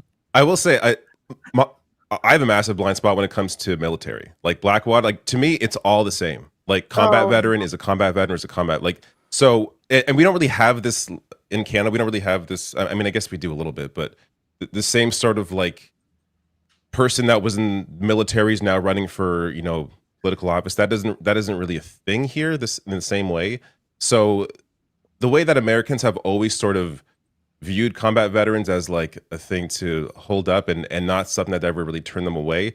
To me, for him having that background, again, me not being fully aware of you know, some of the details there, is like, okay, he's a veteran. Like he's a combat veteran like any other politician has been. Like to me, that was never really anything, because it's never been anything in American politics. It's never been a big deal. So yeah, I like think that. I'll be honest, like that was my blind spot there because I just didn't see what the big deal was. Because isn't it normal to be? That's a fair in the blind spot to military have, and then David, for go sure. to Yeah, politics? Like that's a very normal thing as far as I'm concerned. In the past couple of years, for sure. Like, I think growing up that was the case, but like now it's like, if you, and mind you, I'm not necessarily against a combat veteran. Like, if you are running a progressive platform and you're like, I went into the military, I did not know what I signed up for, I did 2 tours, I am not, like, I wouldn't, and you genuinely push a progressive platform that's anti-imperialist and anti-war and anti-fucking, the lower income people over, so they join the military just for benefits and shit like that. Like, yeah, 100%. But that wasn't Graham Platner. And like, going beyond like the leftist people who propped Graham Platner up, because there were some very big and very notable people that were continuously propping him up. I think there's another thing to be said about leftist viewers and leftist people who watch leftist content as well, because it's like one of the reasons why, like, when I spoke out against Graham Platner, the whole entire chat, like, literally all together berated me. There was maybe like 10% of the chat that was understanding with Mike and I, but majority of the chat was like, no, absolutely not. Like, she's tripping. You know what I mean? And vicious too, like name calling. You're a dipshit. Fuck you. Like, yeah, like very aggressively too. And I just feel like this is just a leftist blind spot as a whole, right? From like, when you look at the funnel from the commentators to the viewers to the people who go out and they volunteer for DSA or whatever, it's just like, you don't have to agree with what someone is telling you. This is a free country. You can make whatever choice, free country. You can make whatever choice you want in that category. But it's like, if someone's telling you something, at least listen, right? Like, I think that's something that's so important, and just like, it just does not exist in our spaces, unfortunately, because it's like, if you don't go with the grain 110% of the time, then you're an op. And it's like, well, no. I think at a certain wait, people were calling you an op? I don't mean to. Yeah, I don't mean People to are calling me all kinds interrupt, of but I was called a Zionist. Yeah. Yeah. No, dude, there's a guy I think in here who's that's commentating. Hold on. that whole thing is really dumb when people. Yeah. That's not. Yeah. There's an insane part, like, and I think Ariana's spot on. I think one thing that is just true, like, and it's not necessarily purity politics, but it is this point, like, there's a point in time where we had this huge push for nuance in politics, and it's been about a decade at this point, where we were like, that's actually really wrong, and a lot of people who are racist and sexist and fucking horrible and Nazis, they're all getting away with it because we have this nuance in politics, and we just quashed it, right? I think there is just a perceived, like, just a necessary lack of nuance when it comes to leftists, when it comes to like certain things like this, and that makes it hard to address blind spots. We all have bad takes. I had it when Taylor Lorenz came out with that article. I made a video saying that I did not trust Taylor Lorenz, which I don't. I do not trust her as a journalist. That being said, she was right about the article, about people taking money and all of that kind of stuff. Also, weeks later, Taylor Lorenz was caught using like AI and said a bunch of other weird shit online. Okay? Does that mean Taylor Lorenz is the devil? No. Does that mean that I'm the devil because I thought that her reporting may have been veracity? No. I probably got it wrong. She probably got it wrong. We need to be okay with people getting it wrong once in a while. I mean, if we see people get it wrong consistently, then we can make a judgment of it, right? I think people jumping on Ariana just because she doesn't trust somebody or she feels like this person's fucked up is not a good way to go, right? And similarly to like Matt and David, if people jump on you because of your previous like feelings about Platner, or you feel like you didn't see it coming, that's a fucking problem. It should be like, yo, you didn't see it coming, learn better. Like everybody is imperfect in this situation. No, but then that conversation, I agree with you, but that conversation works the other way too, though. Like, who's to say that, that a candidate in this scenario isn't just getting it wrong and they're not a bad person? You got to give someone a shot. You got to give someone a shot. But oh my God, we're going back to square one though. We're going back to square one. I feel like all the work we just did just went down the fucking hole. Yeah, but it's the same. But it's the same. Matt, Matt.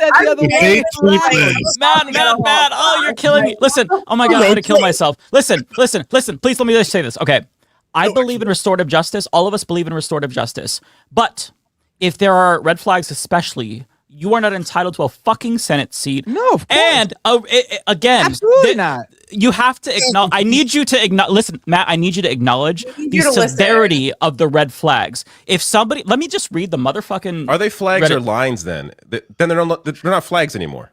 They're red lines.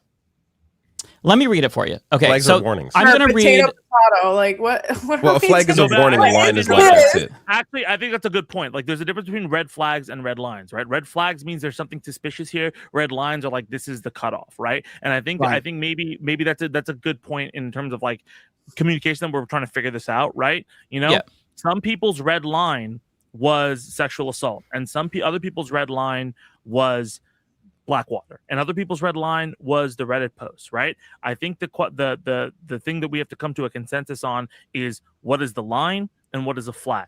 A flag can be like, all right, you need to what's a yellow card and what's a red card, if we're being honest, right? A yellow card is like, hey, this is fucked up and you need to stop this. A red card is you need to get the fuck out.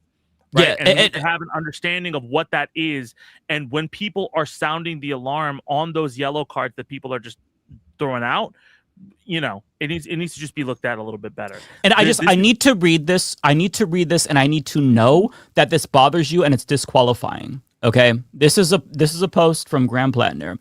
4 tours as an infantryman in the Marines, and then the Army, did both Iraq and Afghanistan. It's hard to explain how much I enjoyed combat. It is both physically and intellectually challenging and incredibly exciting, especially the first few times. I was never a huge fan of killing, at least not for killing's sake, but I did love winning. And that required killing. When a fight is over and your element has not only survived, but also killed or captured enemy combatants, well, it's a feeling of accomplishment that cannot be replicated. It's one of the purest forms of contest, but explaining that to someone who hasn't experienced it is difficult. In the end, civilian life seems really devoid of purpose or excitement after intense combat. Given the choice of safe, stable, and fulfilled civilian life or another tour like Ramadi in 2006, I wouldn't even hesitate.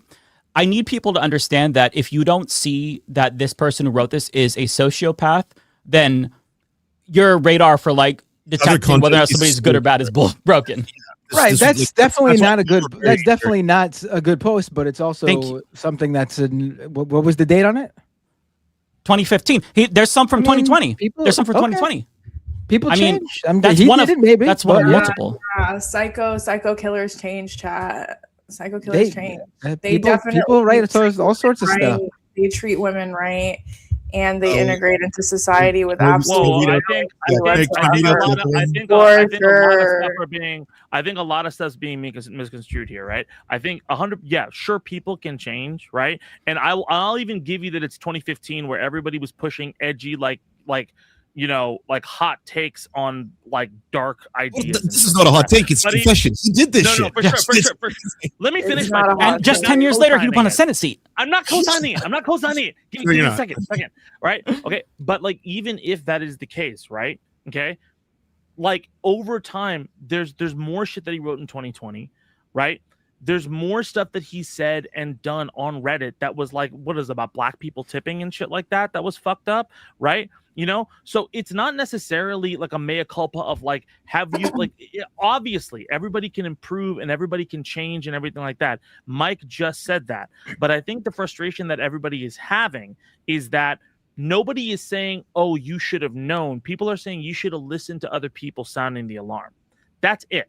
Like, it's not a thing about like, oh, like how fucking dare you didn't like crucify him for this. It's like, hey, people are concerned about it. Don't treat it like it's a fucking nothing burger. It's a serious thing, right? Oh yeah, I think there's people who probably did treat it like it was nothing burger, obviously.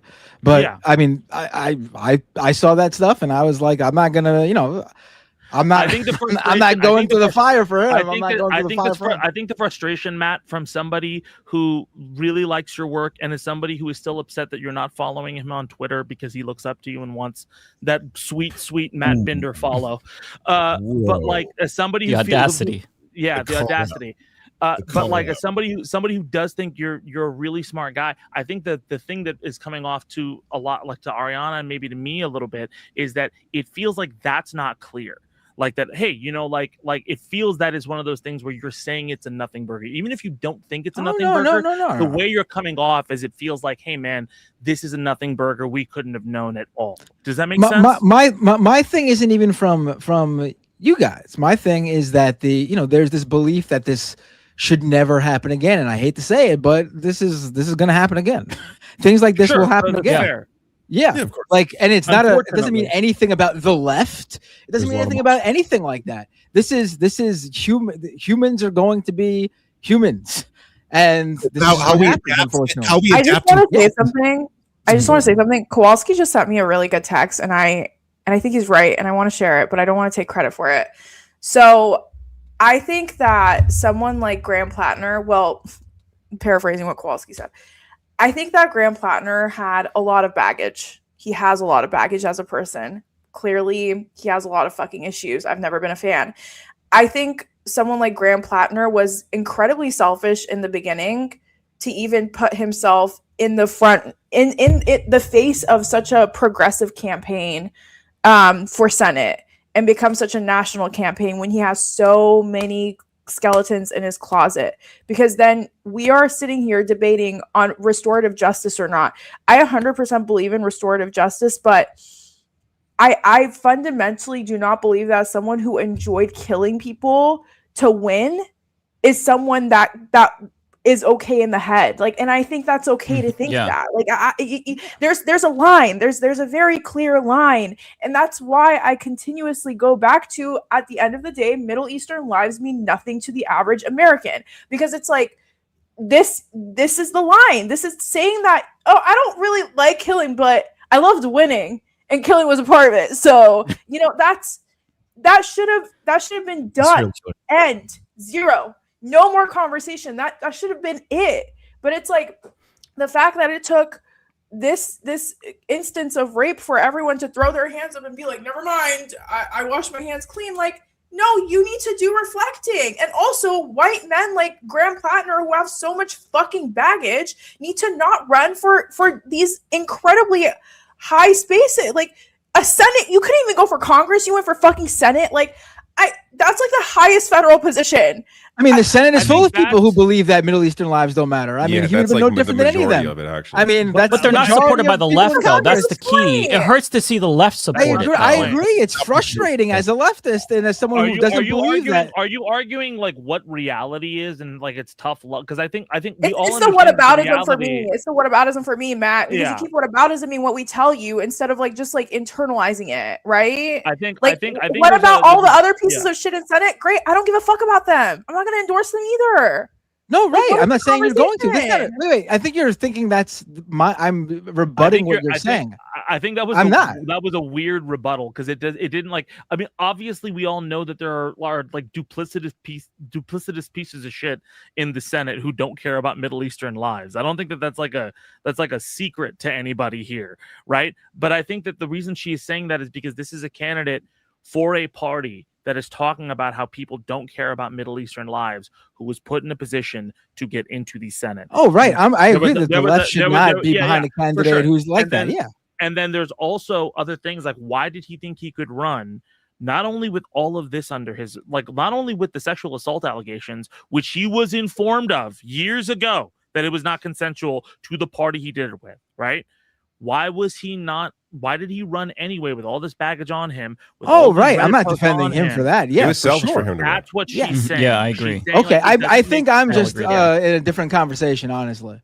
I think so. And I think because I understand Ariana's frustration here, but I think that you are in a different conversation that you're having, especially because you kept on bringing. I think a lot of people have been giving you shit about the tattoo thing, right? I'm guessing. No, I've just been hearing, this idea that that the Democrats who, like establishment Democrats, are sort of spiking the football here, as if they always pick the perfect candidates and this would never happen to someone like them. I've been reading a lot of what people are saying, like the Neera Tandons and the people like that online.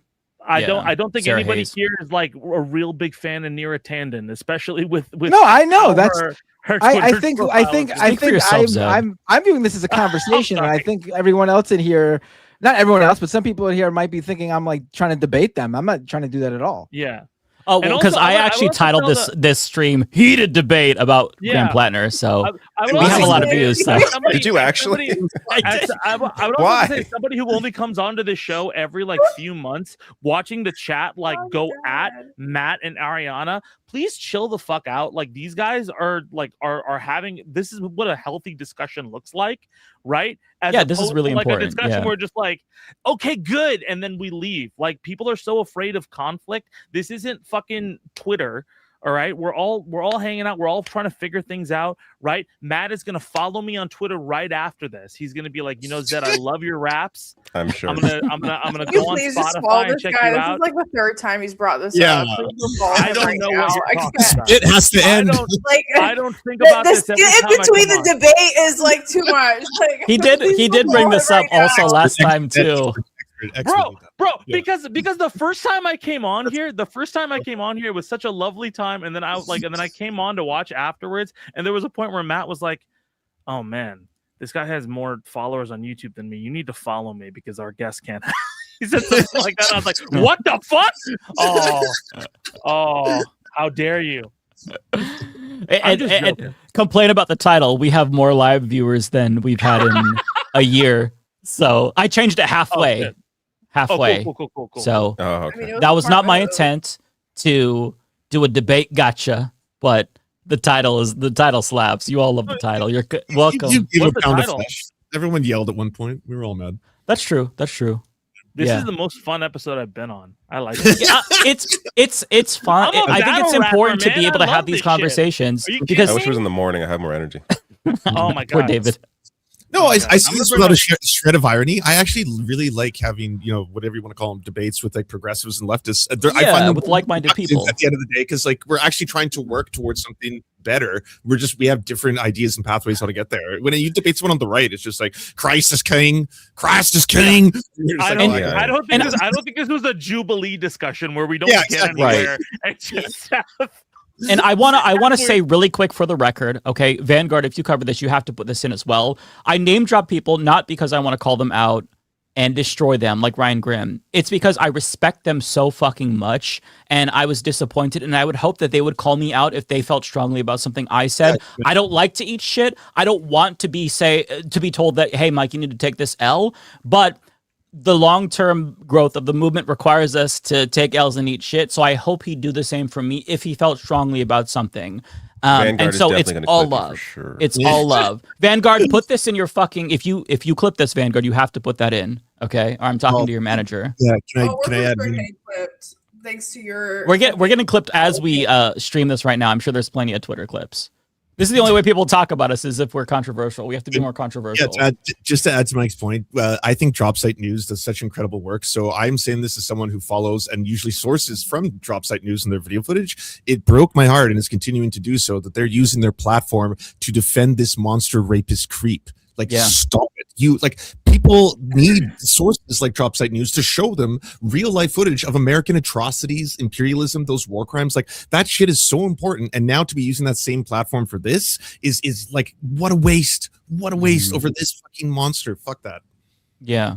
Because their overall project is so much more important than this one fucking dickhead alleged rapist war criminal. Like, what they represent, the news that they are able to disseminate is so much more important than this. So, yeah, it's just like one of those things where I feel like it's very important that we hold each other accountable. This isn't the first time that we've done this, just the left more broadly speaking, and it won't be the last. Like, I've taken if it was so up many to me, L's. everyone would be.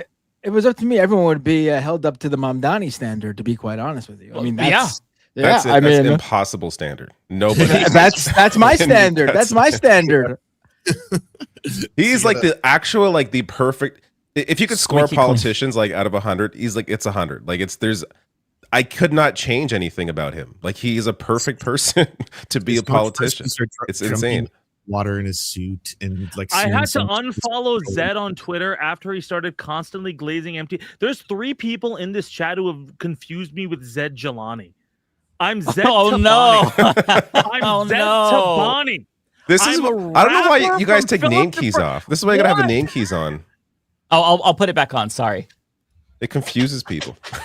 There's 3 people. I was like, there's no way they think I'm Zed Jelani. I'm Zed Tabani. First Oh off, my if I God. battled Zed Jelani, I would win. Second off, I There have the we same initial. Yeah, there we go. I have a Z at the front of my name and an Ani at the end of it, like Mamdani. Okay. Oh, that's so That's all you terrible. have to know. Well, Jeez. Zed, if it makes you feel better, I all the time get told what amazing work I do. They're like, David, I'm so proud of you to me. So I told Mike this. I think it was the first time I got recognized ever in Toronto. They thought it was Mike. Like, I love the Humanist Report. That's not me. all white people look the same, and we're Portuguese, so I guess we look identical. Apparently. Oh my God, dude. I think we clearly don't. Wait, look the David, same, you're but- Portuguese? Yeah. I'm half Portuguese. Yeah. Oh, you guys, I honestly don't Why think else you would I guys have been look alike at all. supporting Portugal in the World Cup? I got shit for that. I didn't I'm know like, that. See, to me, David looks like just like a white Canadian dude. Whereas Mike, I could confuse him for someone who looks like maybe a little bit Latino somewhere there. Thank you. Yeah, Thank you. I'm definitely. I lean more on my the. I'm a self-hating more white side. person, so I take that as a compliment, Matt. I'm working on my anti-white racism, which the Well, I which the get chat, some of them everything. I tell get me I need to everything, do. but nobody thinks I'm white. I never get it. Yeah, and it's funny because I'm still going back to when you said that. When I was younger, I looked like Prince, and the first time I'm like, shut the fuck up. You did not look like Hold Prince when you on. were younger, and you look identical to Prince. Who does, said? yeah. Who said? Wait, what? Did you look like Prince when you? He wait, looked that's identical to that's a Prince when he wild was If younger. he shaves that beard, you would never know the difference. I look Just starts Prince-esque. I didn't look like. I think I look Prince-esque. Look at how far we've come, chat. Look at Yeah. how far we've come. I mean, I always get people always Is think Graham I'm. Platner a war criminal to does Matt look like Prince? I mean, there really can be progress. At the end of the progress in because at the end America. of the because at the end of the day, Platner's dropped out, and the important thing is what ethnicity do I look like? I mean, that's still a lingering question. That's the That's real, still the lingering important question. thing.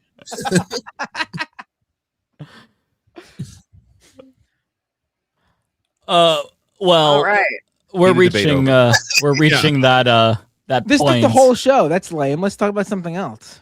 We could talk about something fun.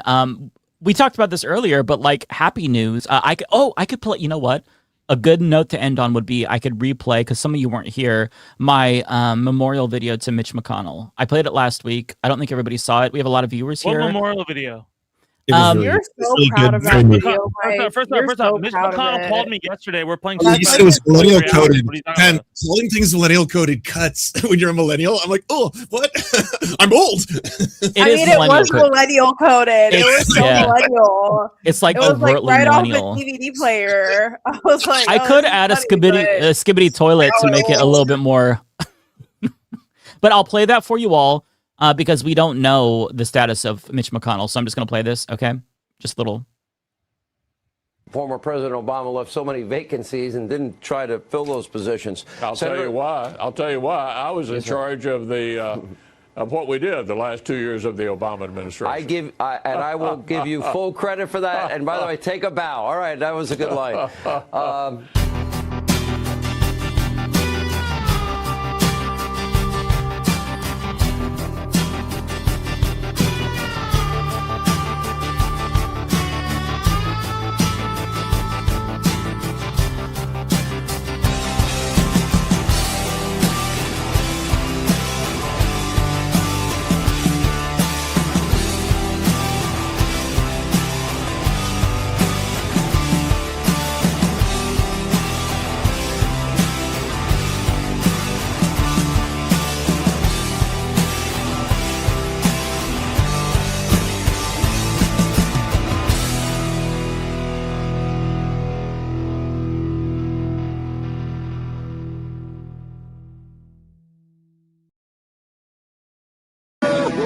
Welcome to hell, motherfucker!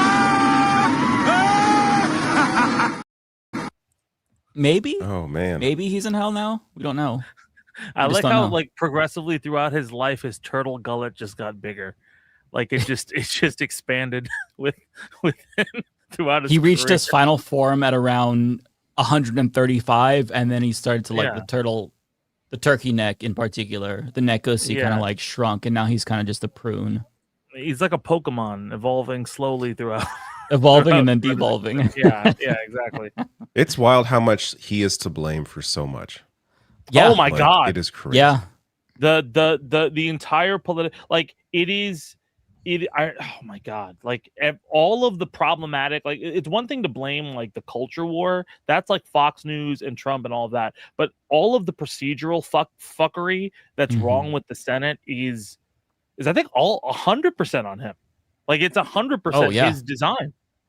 You know, he's the reason why the Supreme Court looks like how it does right now. I mean, he wouldn't allow the vote on Obama's. I mean, it's not like Merrick Garland would have been fantastic or anything, but he probably would have been better than Trump's picks. Not like. Yeah, I mean, we might still. I mean, have Roe although versus maybe Wade. that's debatable too. Yeah, it was Merrick Garland, right? It was Merrick Garland's the one who fucking completely botched the whole fucking reason that Trump is president right now, because he wouldn't hold Trump accountable the way he should have when he was running the show for If he was on the Supreme Court, we'd have a different AG when Biden was president that maybe would have actually had a spine. That's true. Domino effect. I mean, it's right? so hard Domino to. effect. Yep. Yeah, it's so hard to say. You know what I've been thinking about too, because I keep on trying to think of historical examples, and the two historical examples aside from 2005 is also Grover Cleveland. If you look at Grover, because he's the other president who was elected with 2 non-consecutive terms.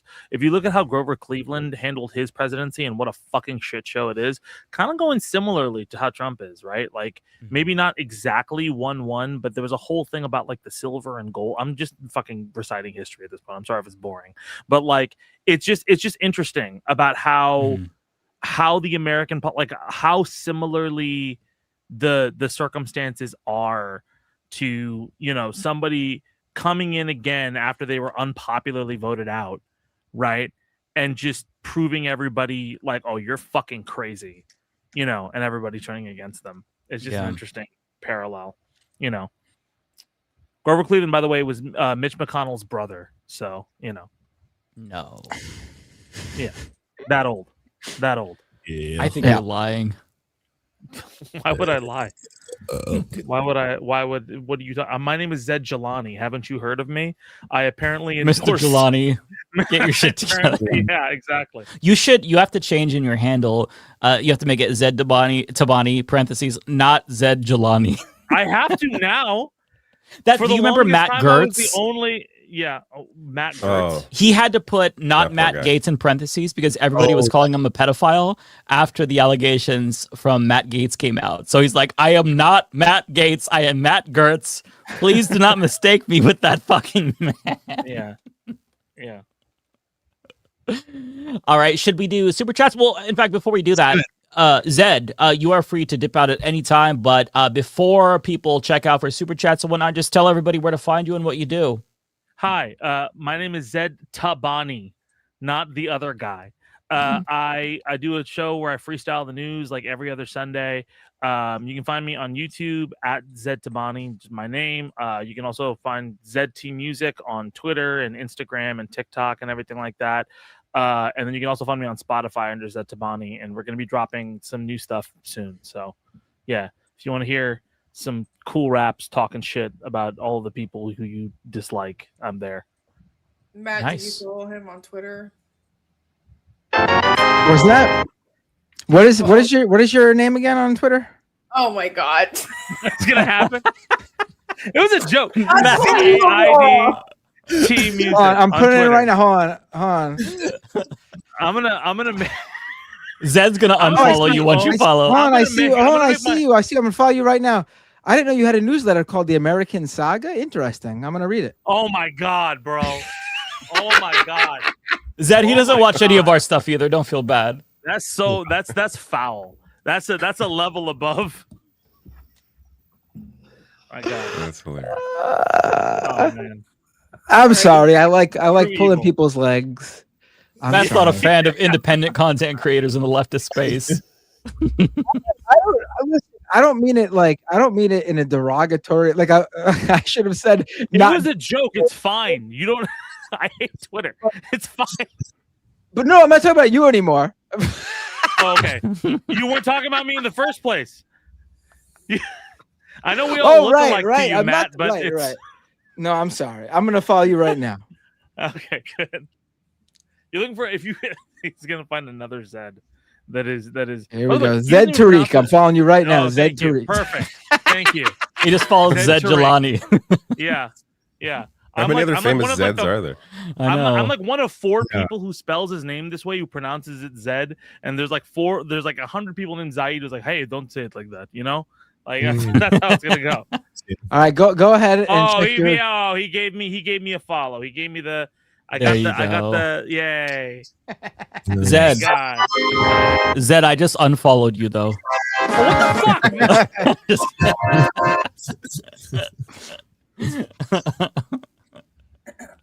How about that World Cup, huh? Oh wait, who won today? I didn't catch another game. Oh, France beat Morocco 2-0. Okay. Yeah, France is. Is this a good thing or a bad thing? I mean, depends if you're looking at it from a colonial perspective or a soccer perspective. Oh, I was gonna be even more simpleton and be like, well, it depends if you're a Frenchman or a Moroccan.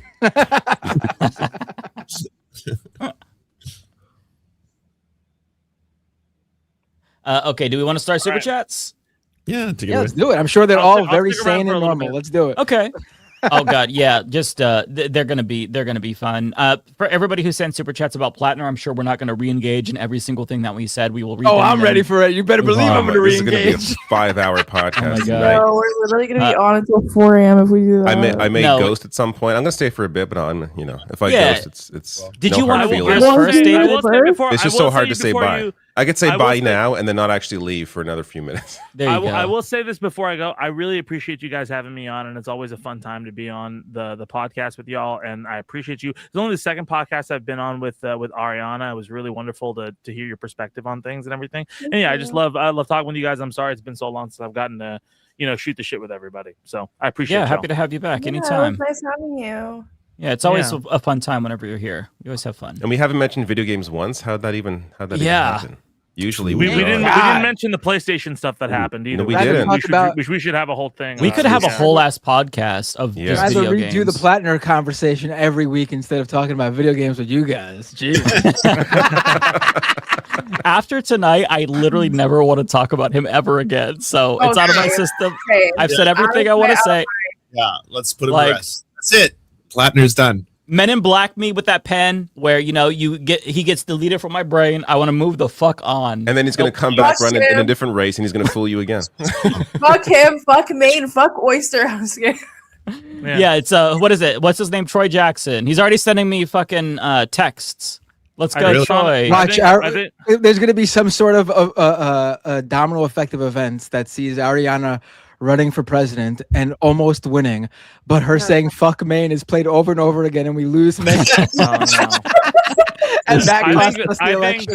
I think we should elect a Dreamcast copy of Sonic Adventure 2 as the new candidate for Maine Senate. It'll win in a landslide. I promise. Sonic Frontier is way better. I'm sorry. Sonic Frontiers, I would argue, the best 3D Sonic game is Sonic Frontiers. Not even. David, this is more offensive than anything you've ever said in the history of your channel. I haven't even told you how overrated I think Sonic is generally. Oh my god! Wow, I would agree with you there in some regards, though. Just Sonic Frontiers. You want to compare Sonic to Mario? Are you fucking? I mean like compared to like Sonic Adventure. Sonic Adventure is much better. I'm sorry. Oh, I thought you guys were talking about the Frontiers milk place this whole time. Oh. The what? Oh my god, Zed, I gotta tell you something really funny. So because I just followed you, it automatically accepted a message request you sent me that I've never seen before from 2023 and put it in my inbox on Twitter. What did it say? What did it say? Wonderful to meet and chat with you, man. I've never seen that. Don't air him out. Like, come on. That's me. No, it wasn't so mean. No, I'm not mocking him. I'm talking about how Twitter puts those things in that message request folder that I never look in. First off, that was like after like a period of like, first off, 2023 was when I blew up. So that was like a period of like 15 years of me being like a nice nobody. Post to set. I probably say that to people when I'm on a show with them for the first time. That's not. Yeah. I'm mocking how Twitter accepted that message request that I've never seen because they have that stupid message request folder. Just for the record, I never look at my message requests if anybody has tried to reach out, because if I click on that folder, I will see at least 5 different messages, all starting with the F slur. So I do not look at that for my own mental health. You have no idea. It might be worse than Facebook. So, wow, Facebook's bad too. Oh, yeah, it's pretty bad. Yeah, Facebook is so bad. The amount of people telling me that I need to find Jesus is fucking crazy. Abandon your homosexuality, find Jesus. It's like, well, that's the one that convinced me. I just needed that push over the edge. Yeah, he is shredded. My Come God. on. Thank you. I wasn't thinking about it at all, and now this random Facebook guy has helped me. It's like, I shit, feel a lot better. that's the sign from the Lord. Bob from fucking, I don't know, Tuscaloosa, Alabama was like, you slur, you need to turn to the Lord. Okay, well, when you put it that way, maybe I It's kind of will. funny. It's kind of funny because like I've gotten a lot of like messages from Nigerian princes. It's crazy how many Have there you really? are online. No, fucking. Oh, I was gonna say I've never gotten one from a Nigerian prince. I You get them could. from Southern princes in the United States who are Oh, wearing their okay. fucking overalls with no undershirt on their mobility scooters in their profile pics. Turn to Jesus. Turn to Jesus. Repent. Yeah. I'll stay for some of the super chats. Okay, David, did you want to go first just in case you wanted to dip? Oh, I'm not streaming right now, so I don't got chats. Oh, okay. Well then, Lance, did you want to go? You usually read yours first. Sure. Yeah, I only have a couple. I can go quickly. Thank you so much to the Prairie Fire Neb, aka Kowalski, talked with Mitch McConnell for 20 minutes today. Unfortunately, he bested the devil in a fiddle contest, and the price of darkness is going to let him live to see the court go 7-2, the full dark Damn, time. bro. Damn. That's the thing people don't know about Mitch McConnell. He's really good at fiddle. He's like an amazing fiddle player. Is he actually? No, he's fucking in a hospital somewhere. What are you talking about? Could have fooled me. I don't know. No, I just meant from like long ago, like old footage of like in the way Ben Shapiro is. Like I don't know if you've ever heard it. He's actually not terrible. As No, you he's know. terrible. He's terrible. Like he's objectively one of the worst. Like him Fiddle and or his dad violin? are like. Oh, I on guess that is everything. violent. You're right. How would His Mitch dad- McConnell even play the fiddle with that neck? It would get He plays it swallowed. with his neck. He plays it with it. He's just you know. Oh, God. That's the bow. His neck. You know, it's funny. If you touch Miss McConnell's neck, then it's like, oh my God, a thin layer of resin, and it's really good at, you know. Mike left. Yeah, that was too much for him. Aaron Templar 2303. Thank you so much for the very generous $20. There's a lot I didn't know about Platner because I don't live in Maine and wasn't following the race too closely. But when the Totem Kampf affair, I got a lot of play. I decided that he was either a liar or an idiot. Yeah, or a monster. Sorry, I had to let my dog off of his little couch. He was hot in here, and he's too old to jump down. That's fair. Super Duberful, thank you for the £5. The Platner obsession was a weird mix of unreflected American imperialism and the allure of a burly white manly man on the left. Yeah, I think everyone also wanted an attack dog for the people who liked him. That's, I think, one of the... I was trying to figure it out because I didn't understand why. Like, to me, he was really off-putting, but like, I understand when you hate someone or you like someone, you just view them in a completely different lens until that switches. So, but I think it's because they wanted a soldier boy who can be on the attack. I think if anybody like they should check out your video on it, because I watched that on like a hike like yesterday, and I was like, this is a really good analysis. It's a really good like just blah analysis of everything that like you would think of, and going through all the stages of it and figuring out where to. Yeah, I thought it was fire. I sent you a message on it. I second that. I like that you also like you talked about your fuck ups as well. Like, hey, I promoted Illuminati. We all eat shit because it's like, that's the thing. It's like there's always this fear that people are going to think, oh, you're trying to promote yourself as if you're holier than thou. When it really is about like we need to hold each other accountable, and like you do the same to me, I do the same to you. We become more powerful, like altogether, right? 1000%. Yeah, especially on an international level. Yeah. Luke Digner, thank you so much for the $10. Need something like an accountability network, aka the Creator Accountability Network. I don't even know what that is. Welcome to the TikTok Creator Accountability Program. Have you posted something in the last 3 weeks? That would be a fucking shit show. Oh my God. Eskibot 68, thank you so much for the $10. Sorry, your paler co-hosts still don't seem to get it. I've occasionally thought about that one Thursday while Lance was AFK and the talk turned to Platner cheering. Time to sit and listen, folks. Agreed that we need to definitely listen. Luke Degner, Thank you so much for the $10. Talking about the left collectively is very ambiguous because centrists are conflating the left, aka the left, with objective morality. Centrists use subjective morality. Yeah, and I said before when we were talking about this topic, I don't care at all about centrists or liberals' opinions on Platner or about this at all. Like, I've seen what makes you cheer. Like, at the end of the day, if it's a Zionist, just like, I told you so. I was like, oh, what? So you just want to like pick a different baby killer? Like, you go fuck yourself. It's people within our community where I'm like, oh shit. And that's the same thing when like, that's why I was trying to pick up when I fucked up. When you start to see that it's like, people you respect being like, this is wrong, then you're like, oh, okay, that's fucked up. Narrator 6896, thank you for the dancing lemon. Narrator 6896, all counterintelligence programs are bastards. Also Cosmopolitics, thank you very much for rating us. Hello to the Cosmopolitics viewers. Everyone go to twitch.tv Cosmopolitics. Kevin Logan, thank you for rating us. Everyone go check out Kevin Logan 1875. Yanni Mays, thank you. Prong 999, thank you. Take it away, someone else. I am finito. All right. Ariana, Matt, any preferences? Who goes first? I can go, although I did get a lot. For the sake of everyone's sleep, I'm not gonna really. I'm gonna obviously respond, but I'm not gonna engage super deeply because. Yeah, there's a ton. We won't. Unfortunately, we all won't probably be able to engage that much because there's 130, and we usually get around 40. So there's. Okay. So we're probably just gonna have to read them. And move on to Okay. like, Ariana said, "Send me super chats," and they were like. Your request is hard. No, you want to know what's so funny? They actually didn't even send the super chats until we started debating. That's really. Yeah. Okay. Yeah.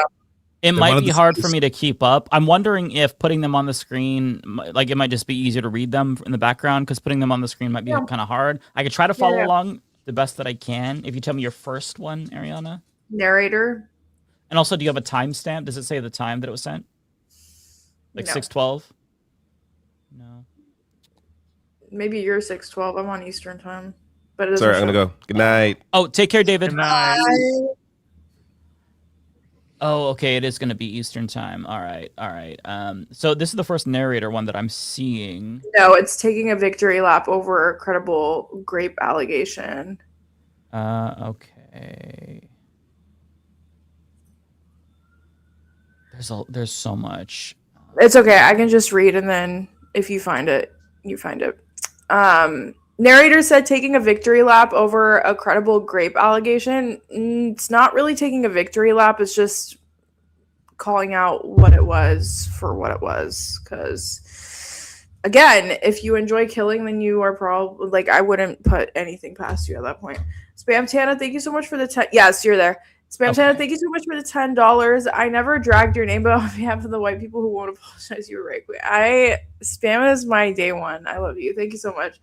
1,000 yen, Tokyo Hans, thank you so much. For the record, I never said anything for your take on Platner, so I ain't apologizing for anything, but here's some money. Anyways, because you're amazing. Tokyo Hans with the 1,000 yen. That's sick. Thank you so much. I don't know how much that is in American, but that means so much. Thank you. It's like $1.50. I think it's like $10, right?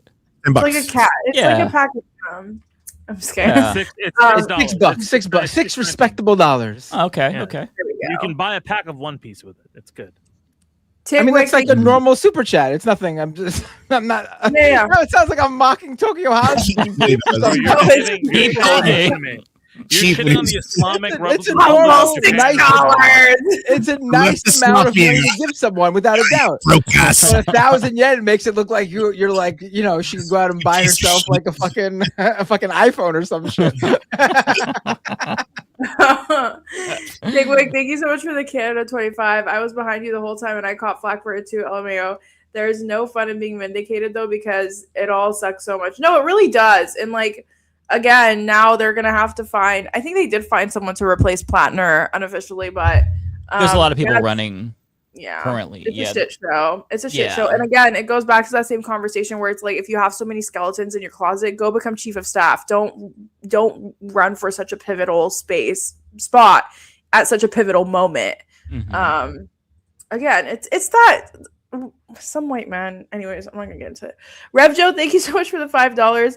Never even been here before, but fucking here's $5. Take your lap. Wow, thank you, Rev Joe. Welcome in. That must have been Mike's title. Angel J, thank you so much for the $5. Didn't diss, but you deserve this. Thank you so much. That rhymed. Thank you for the $5. Wanda, thank you so much for the $2. You and Mike were right. Thank you. Thank you. JHLFSD, $10. The most galling part was being called anti-veteran, as if a privately educated upper class mercenary with nothing but other opportunities reflects the story of most veterans who had no other options. I think that's such a phenomenal point as well. I think the American military complex is incredibly predatory towards marginalized communities, marginalized zip codes, people of color. They also use their socialist programs to bring in people who need that money. And again, Graham Platner was not that. And that's just what I always go back to. It's like that. He just wasn't, it wasn't adding up. Anyways, thank you so much for the $10. Narrator, thank you so much for the $10. Referring to Emma, the real trap is these are not prepared statements. She was in the moment trying to find an analogy, not necessarily trying to use shock for. No, I totally believe it. And listen, like I said, That's I fair. really like. And we love Emma. We love Emma. I have nothing against Emma, but here's the thing: I would hope that my fellow leftists would tell me if I do something that doesn't sit right with them, because I have genuinely learned so much when people have respectfully called me out.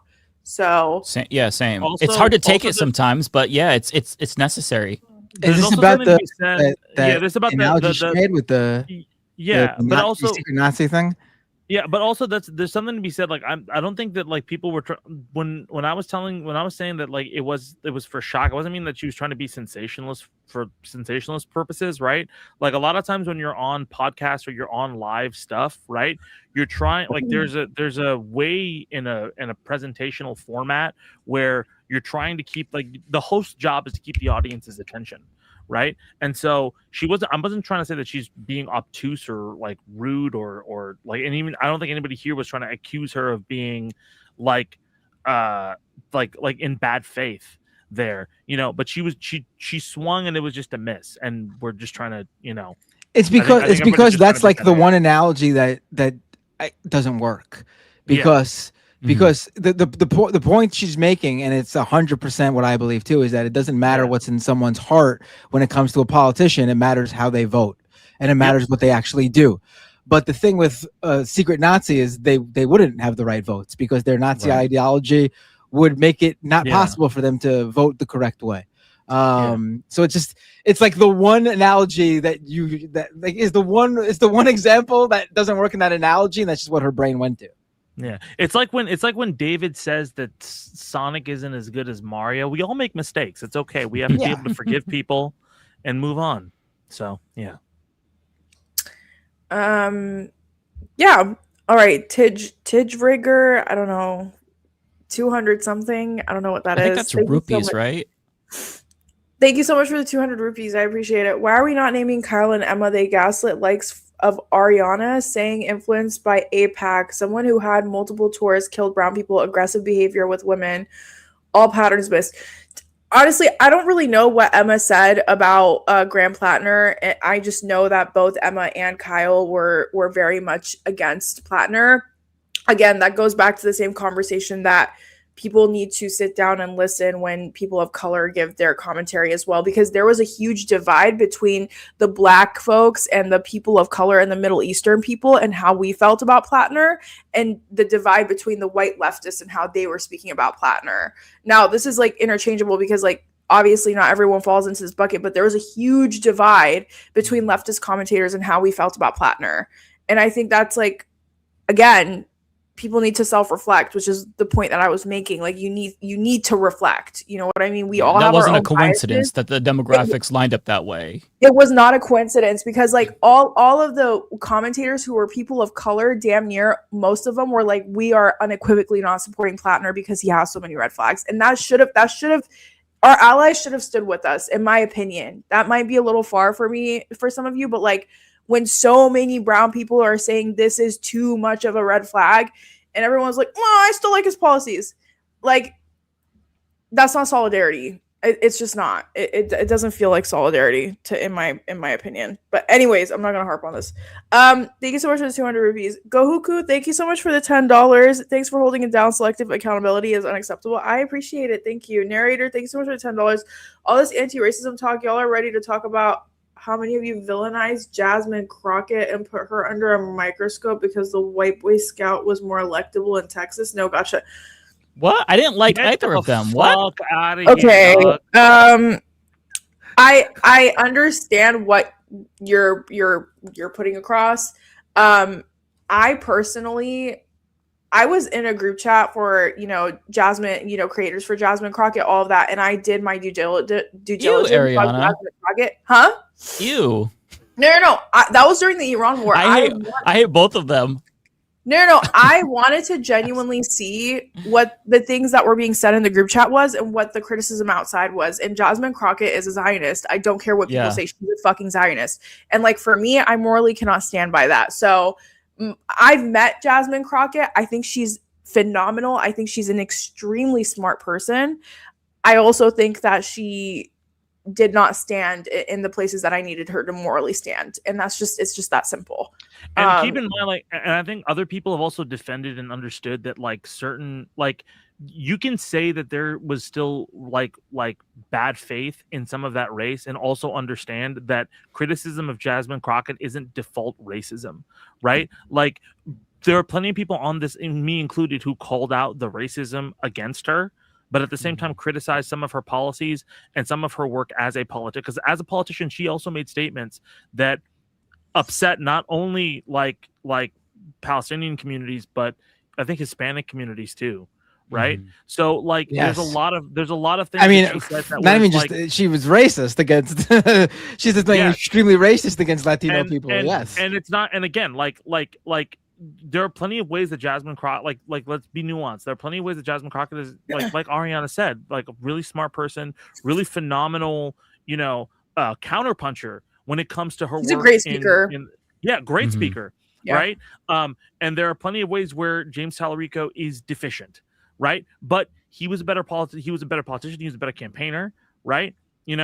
That doesn't mean criticism is not immediately tied to race. All right. There are plenty of times where there's dog whistles, right? And I understand you're trying to search them out, but there were plenty of things that were not related to Jasmine Crockett and her identity that made her deficient in the eyes of a lot of people. And I think that's fair to call out. You can call out the racism, and you can call out her own deficiencies as a candidate. I mean, listen, I had my own issues with the morality stances that she took, because her team was also kind of oh, well, she's not a Zionist, she didn't take money from AIPAC, which actually, in my opinion, makes it worse, because okay, so you were voting for bombs for the love of the game then, you weren't even tied to any money. You know what I mean? So there were red flags that I was all right, I don't like Tallarico. I don't love what Jasmine Crockett is putting across when it comes to Middle Eastern lives. I'm just going to stay out of this. It was also during the Iran war, and I was going a little insane. So I was I don't have time for this. One thing I'll say about that race is I was a little bit struck by how leftists were much more hard on her for her Zionism compared to James Tallarico, who's also 100%. A Zionist who took money from Miriam Adelson.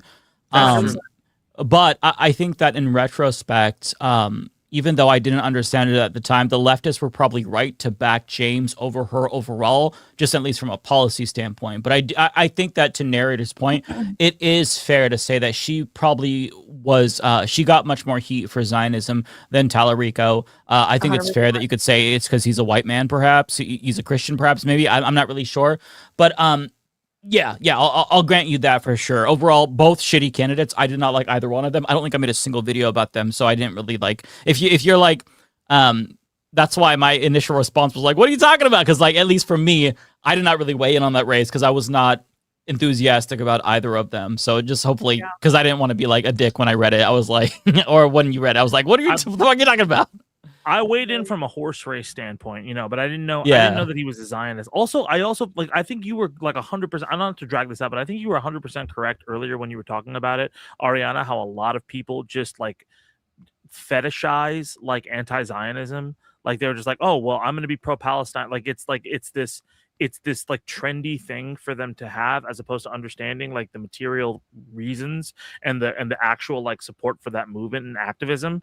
And I think that's it's very frustrating how that plays out, because I think there's a lot of people who yeah, of course, like the double standard of like going harder on her for her Zionism versus Tallarico is very telling. I do appreciate narrator. Narrator always holds us accountable and calls us out. 50% of the time, narrator is spot on, and I think he has legitimate criticisms. The other 50% of the time, they are completely fucking wrong. But I appreciate narrator because I'm just kidding. I think that the dialogue is important, right? So 100%, yeah. I do think a lot of what Jasmine fuck off Zed fetishism is saying, yeah, a lot of white people fetishize my culture and other people's culture. So you can suck the back of my dick with that. Whoever the fuck wrote that. Suck the back of my dick. I'll give you my address. You can come here. You can suck both nuts. Fuck out of here. Little bitch ass. Wait, that's two different things though. Okay, True. I don't want to talk about the male. I don't want to talk about his male anatomy. Like, please. I'm sorry about that. All right, somebody said something. No, we're about to have a hardcore debate right now, as spirited as the Platner one about Zaid. No, I apologize. I was just like that just really pissed me off. Somebody said that shit. I was fucking out of pocket. Yeah, Zed, I have to snap sometimes too at the chat if somebody gets out of line and they say something out of pocket. So it's totally okay. Okay, guys. There's been like 3 super chats already where I wanted to just go all out. By the way, you want to know how much progress we've made? We have 136 now.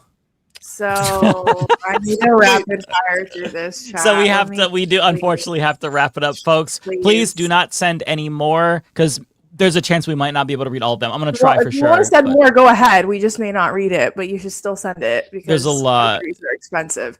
Okay, so I'm gonna rapid fire. I promise. I'm really good at rapid firing. Okay, V-Man, thank you so much for the $10. I want to clarify this because I've seen a lot of uninformed people. The process for choosing replacement falls upon the state party, not the national. Schumer can scream from the top of Mount Mercy. Oh no, trust me, we know that they're very, very useless. But thank you so much for the $10. I appreciate it.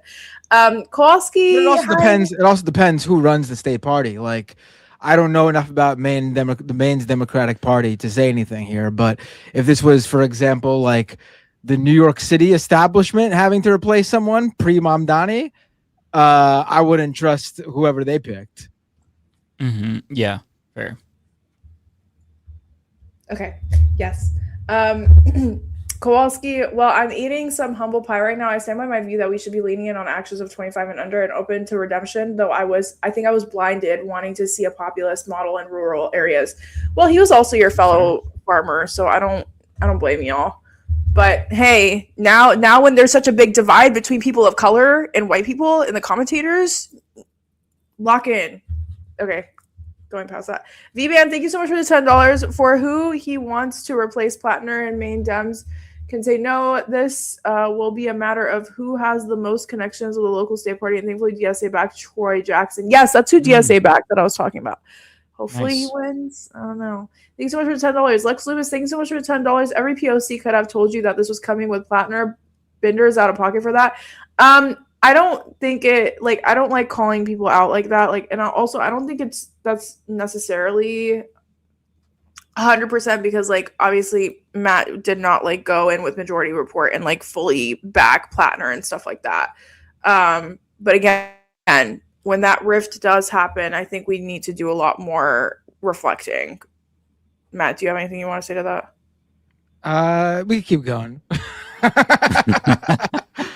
I do, but we'll be here all night. We can keep going. Okay. Member for 14 months. Thank you so much. Counterintelligence program, 100%. Thank you so much for becoming a member or being a member for 14 months. We need to vet candidates more before we suck with a wolf in sheep's clothing. Oh, look at Fetterman. That's a perfect example. We can have that again. Yeah. So thanks so much for $5. That's exactly why I did not back Platner. And that's exactly what I quoted was Fetterman. I am scarred from Fetterman and I always will be. I don't think, and not to go too far in, but I don't think it's an equivalent scenario. I don't think we're dealing with someone who's lying about their politics. I think we're dealing with someone whose politics are legitimate, what he says they are now, but his personal, what he's done in his life makes him unelectable and unsupportable. I think that's very different from Fetterman. Oh God, we're gonna debate again. Let me know. I don't have a response chat. We're gonna be here all night. Okay. Columbia Rican. We need to. Oh yeah. Okay. Thank you so much for the $5. Lex Loomis, thank you so much for the $5. Bender and Doel's behavior right now is the reason why POC leftists like us are so fed up right now. Can we not? I don't like the individual call outs. Like, we were having a very productive, in my mind, discussion. I think discussions like this need to happen. And I think the points that we made were driven. So on both ends.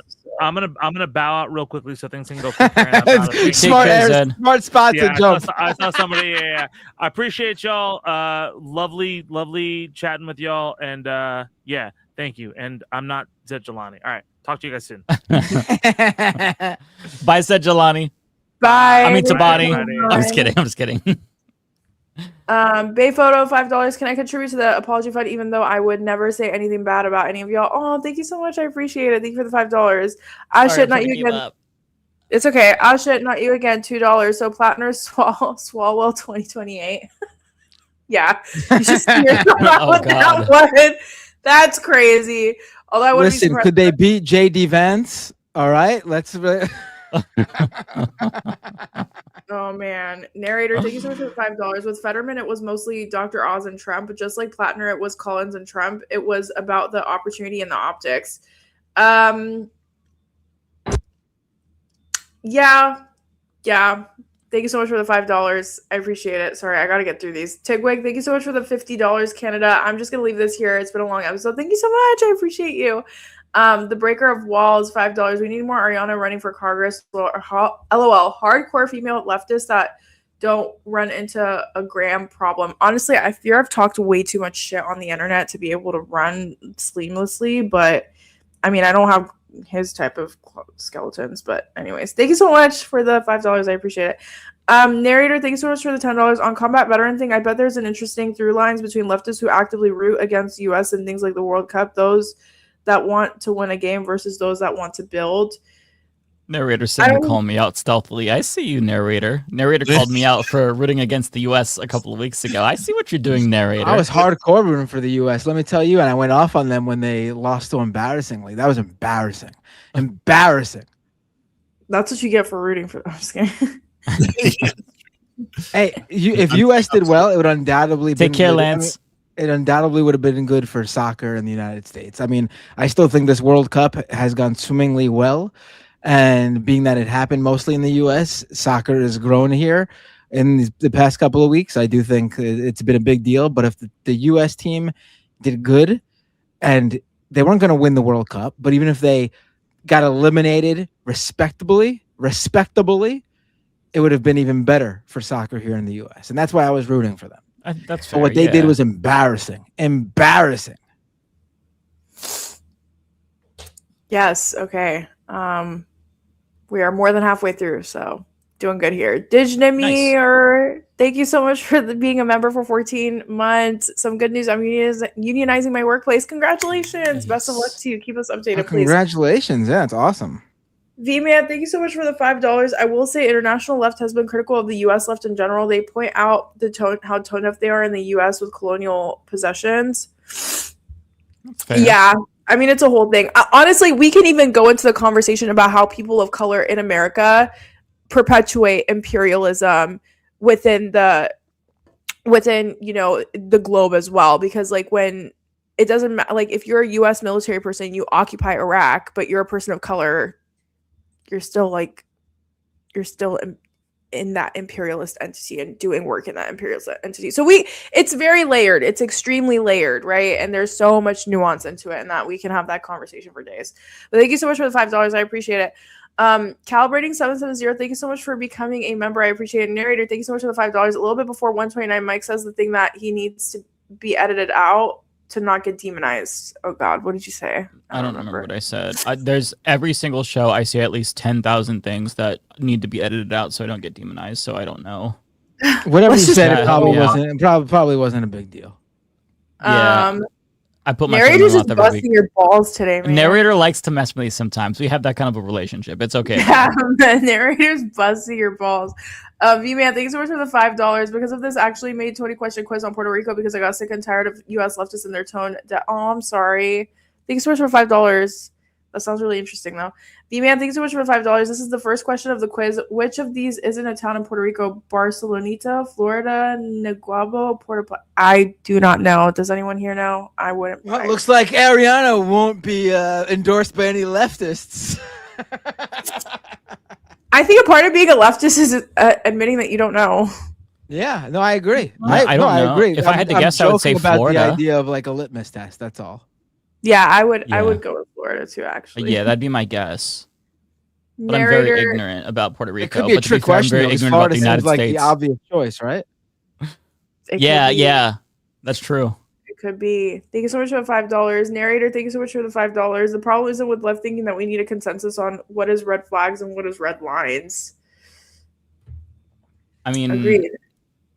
I don't agree. But Wait, if the I'm- problem if, with left thinking we need if I'm interpreting that correctly, it doesn't matter. Sorry, I'm just like dragging us down. No, you're fine. I feel might be like too- it's up for interpretation, to be honest. My brain might not Personally- be capable of processing things this late. So Personally, for me, narrator, this is a huge red flag, and this comment in general is my red line. All right, so let's move on. Thank you for the $5. Colombia, Rican, thank you so much for the $2. Exactly, awesome point. Thank you so much. I appreciate it. Arashael, thank you so much for the $5. I'm half Iranian, so Ariana saying that. Thank you for always speaking up for Mino lives, even when you get talked over by white men who can't take it all. Guys, chat be nice. No, It's okay, guys, we can take it. I was not being spoken. I mean, to be fair, we were all speaking up. I can't find over their. each other. I can't find their super chat though. It's okay. I'm gonna keep going through. To be fair, we were all kind of speaking over each other at one point, but I'm always gonna stand for my people. Thank you so much for the $5, though. I appreciate you. Welcome to the chat.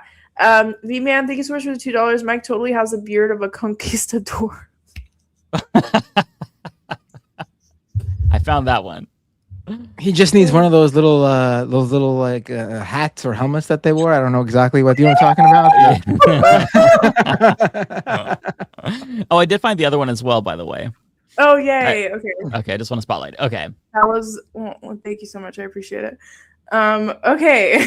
Wait, now that I'm seeing this comment, they talk about me. I think what I've consistently said that in this country specifically, a large portion of this country, while racism obviously still exists, there is a significant portion of this country that has come to terms with how this country has treated Black people, Black Americans, African Americans, whereas that same mea culpa has never happened for how this country has treated Arabic people, Muslim people, Middle Eastern people.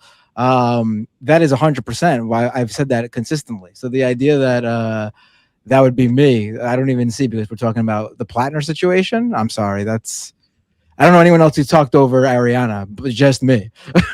So I don't, whatever. Ridiculous.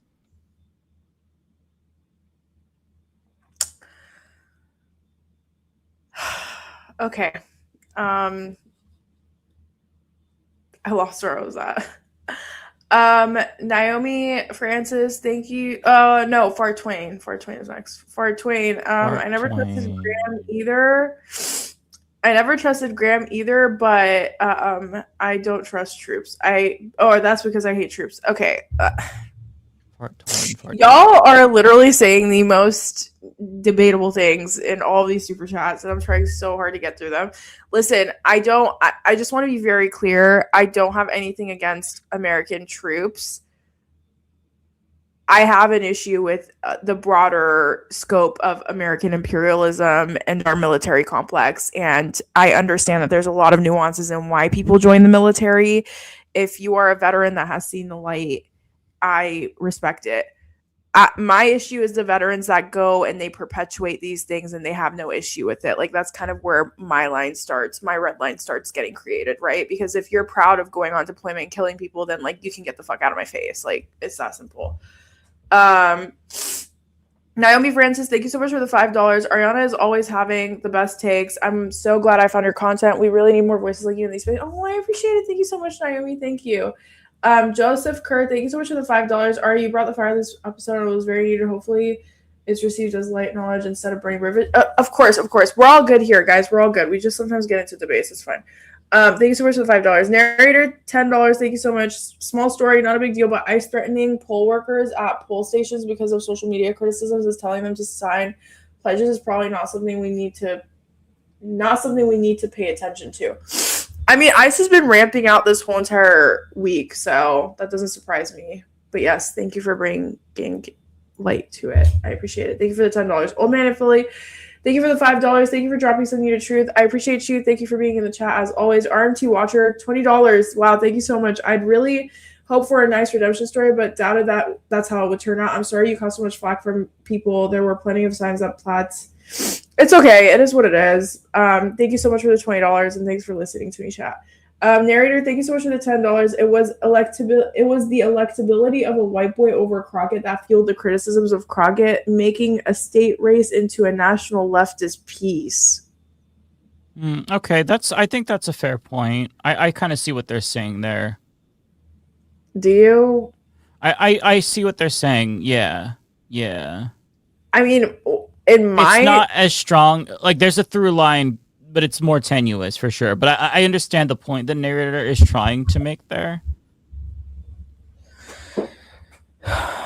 I just feel like when it comes to when people are calling out Jasmine Crockett repetitively in her campaign on her stances with Israel and how little she really did with her platform and all of the power that she had as a congresswoman to speak out against it, and people are still doing this whole white boy shit. Like, I'm sorry, it's very, I feel like it's almost, I said I was gonna go through this chats fast, and we will, but I feel like it's like you guys are speaking over Middle Eastern voices when you do that shit. Like, yes, I agree a lot of colorism had to do with what happened with Jasmine Crockett. No one here is debating that, but it's like, if you're just going to completely gloss over the fact that Jasmine Crockett was a congresswoman and could have done a lot while she was in Congress and deliberately chose not to because she knew she was going to run for Senate, and you're still making this argument to me, like, I'm over it. Thank you for the $10, but no, I'm not.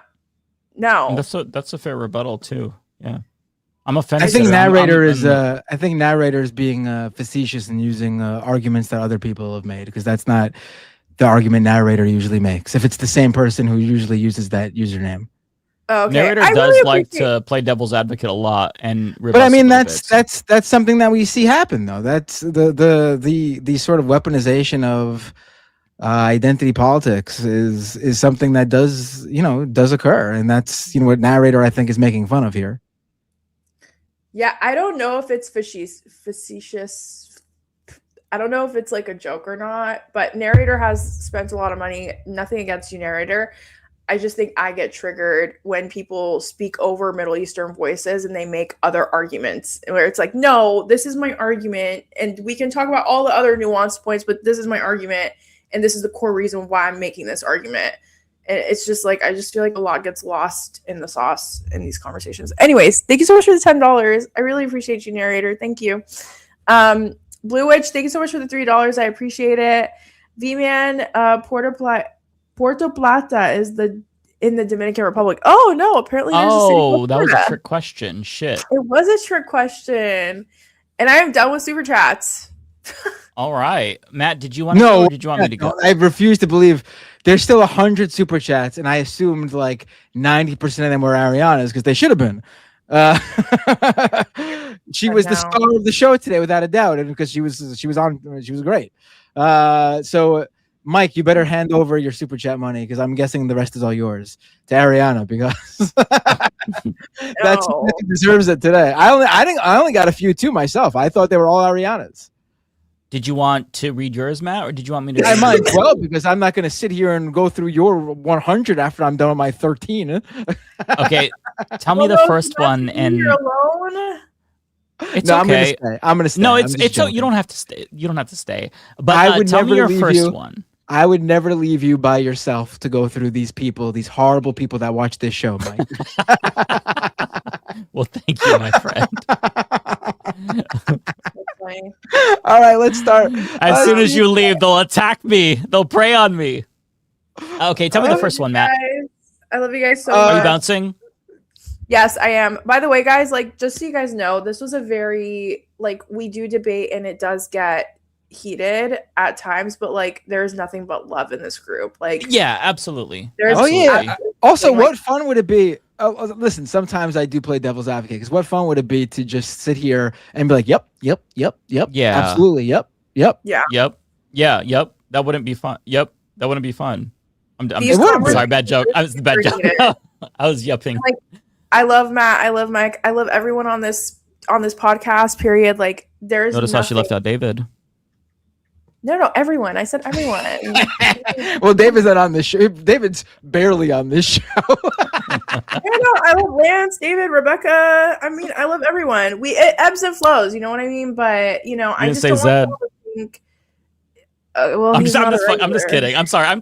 I get He's like not. annoying when I'm delirious. Just tell me to shut the fuck up. No, And I you're will. fine. You're fine. I just like there's are times where we don't agree with each other, whatever. Like there's nothing but love. So I don't want you guys to think like there's a secret animosity between us or anything. Yeah. Like that. Like, not at all. We are just political commentators. Sometimes we don't agree with each other, and at the end we shake hands virtually and we go to bed. So. Yeah. I don't want you guys to think that there is some sort of like evil shit happening behind the doors. Same for the 'cause- chatters. We love the chatters, or at least most of the chatters who disagree in like a nice way, not like a mean way. We love you guys too, even if you But disagree. this is It's a learning important. experience for everyone. For everyone, yeah, for every single person, Okay. for sure. All right, guys. I love you so much. Have fun. You take care. Peace. Bye. Okay. Did you want to read them backwards, Matt? That might be easier to find them for me if I go backwards. Oh yeah, sure. I could go backwards. I could Okay. go forwards, backwards, sideways. However Yeah, you- because you probably I don't think you got them until you jumped on, so I'm assuming they're going to be in the later half. So it might be hard Sure. to, you know what I mean. So tell me Yep. the last one you received. Tokyo Han says, "Shout out to all the horrible people." Damn, Tokyo. Tokyo Han says, "Shout out to all the horrible people in the chat. We truly are scum, but it helps Matt keep doing what he does. Stay scummy." Oh, Tokyo Hans, you're great. You're great. Listen, I feel like everyone who watches me and knows me knows exactly who I am and how I am, and know exactly what I mean when I say the things I mean. I say. Yeah, Or do. yeah. Everyone knows I don't think you're scummy. Because I didn't say that. I said you were horrible people. No, I like everybody who watches this show, even if you don't like me. Emily Schmid, 7749, with a $10 super chat. Matt, I don't think they meant you for talking over Ariana. I think they might have meant Zed without realizing that he is Indian. Dude talked over everyone. No hate, just how he works. I don't think they were talking about Zed, to be honest. I appreciate you pretending they clocked him as that, but no, I don't think so. Because people are always complaining that I talk over everyone, which is honestly funny because I try to shut up as much as possible to let other people talk. And the second I chime in, everyone goes, "Oh, here comes Matt again to talk." Yeah, I feel like if there is anyone with and we all kind of do it to an extent, I feel like I am the one who legitimately needs to not talk over people. I have a problem with that I try to work on. It's No, I hard don't because think I you get do. over animated. I feel like I do. I feel like I'm probably one of the worst people. I No, mean, we I all think- do a little bit, right? But I feel like I need to work on that the most, just like from my own self-reflection. I think it's also hard to understand people talking over each other when it's a remote stream. Yeah, yeah. I mean, it's going to happen because the latency issues are not going to perfectly match. I try to recognize that and give extra time to people. And then, in my opinion, you can get something even worse, which is the awkward silence that lasts for a couple of seconds when everyone's waiting to make sure the Right. person's point is done and that their stream caught up. So I'd rather actually interrupt and talk over people because at least it shows liveliness. Because someone clicks onto the YouTube channel and sees the six of us just staring at each other for a couple of seconds, then they're gonna switch off really quickly. They're never going to find dead air. Somebody did say, yeah, I do talk a lot. I do. I straight up do. Yeah. Yeah. And poor Lance gets talked over more than anyone because his mic is always a little bit softer, and I boost it as much as I can in StreamYard, but he's still a lot more quiet. So I try to like shut up, but again, like, man, see right now I just keep talking. There's no need for it. Like, this is a problem. The person who left the original comment says, "I was definitely not talking about Zed." LOL. Yeah. Okay. I appreciate you confirming though, because it actually makes everything a lot funnier that person thought it was Emily thought it was potentially Zed, which I feel like you're trying to be nice to me. Yeah, they don't want you to feel called out. No, I don't mind being called out. I like being called out. I like Matt can take it. I like the attention. Matt was banned by Elon Musk. He thrives in being called out. Oh, I think people are I don't know. I'm just in a mode where I'm like just not the same like connectedness to everything that I used to be in terms of like this whole about politics in general. Yeah. I'm much more, and I'm not saying this in a way that undermines the importance of actual policy in politics, but I'm way more blasé about these sorts of debates and conversations and discourse, because once you disconnect for a long period of time, like I did over the past year or so, you realize that none of this shit really matters, sadly, or for good and for bad, And these debates we have that we think are very meaningful actually just don't matter. I'm sorry. I know we want to believe they do, or people who hate having them are happy that they don't, but it's the truth. Disconnect for a little bit and you'll realize that every show you listen to, politics or otherwise, we are in a bubble and it's just not breaking through. It's just not. And that wasn't the case for the right for a while. And now I think it's actually happening to them too, where I don't think they are taking over. I think something happened along the lines where everything, it just became too much. It was information overload. It was the breaking apart of trusted systems. You could say news media, corporate media, you could blame all that stuff. For the internet people, I actually think a lot of it was Elon Musk buying Twitter, and then all these platforms just not caring about policing content. And I don't mean that in a censorial way. I mean that in a fact-checking way, where these companies no longer care to say like, hey, what you're reading now, we're going to let you read it, but this is inaccurate. They don't care anymore.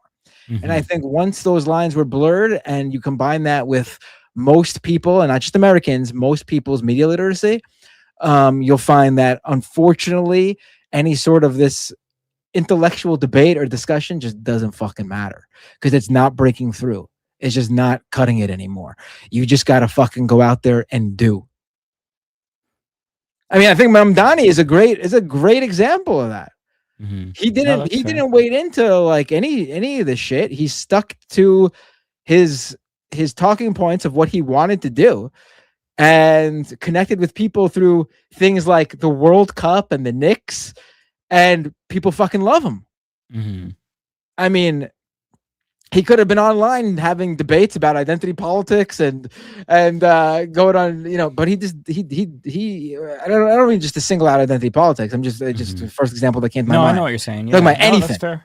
Yeah, he just that's a fair doesn't. point. And I mean, it's just, does he go on streams? Yeah, sure. Because I guess you still want to interact with people who watch those streams, but the broader public does not know about. I can't even say they don't care. They don't even know about what we're talking about, what's going on. And it's not because they're uneducated. It's because they simply do not have the time, or really, it is time straight up to go into, to wade into this stuff. Yeah, no, I agree. We're definitely in a bubble for sure. Definitely. All right, let's go back to Superchats. I'm sorry. Alrighty. I got off on a tangent, but that's what I do. Kowalski commented, he's like, the speed reading is going really well. I mean, it's I'm hard sorry. for us to just like do that, but yeah, we'll try to pick it up. I'm sorry, Kowalski and everybody else. All right, who's your next one? From the bottom, we got narrator with a super chat, $10 super chat. Thank you, narrator. Jasmine Crockett was bad. Okay, I paid money to say it. You are speaking over a black person that is only pointing out the racism. All right, I get what narrator's trying to do here. Narrator, I think you're speaking of crossing lines. I think you're crossing the line now with the. But I get what you're trying to do here, and I do think there's a difference between actually sincerely saying you should listen to people of color because of their lived experiences, and then there's a much more commonly, frequently used thing here that's used to shut up people, where you claim that very thing. A lot of centrists and moderates partake in that. I just saw a thing on Threads that was on Threads. Do you believe this shit? Now, really wading in here on Threads. One of the big fucking things right now is someone said that calling white leftists call black politicians the establishment because they really want to say the N-word. I mean, that's a perfect example. That's the perfect example of that's a crazy take of you weaponizing identity politics in a completely disingenuous way. And I get that's what narrator's trying to criticize here, but I feel like when you do it about 20 times in a row, then you're actually ruining your own point. Yeah. Matt, do you want to take over so I can just go to the bathroom really quick and get some water? Sure. I thought you were like, Matt, you want to just fucking take over so I can just get out of here and you could ramble on for hours? Read all of them. I'll be right back. I can't help myself.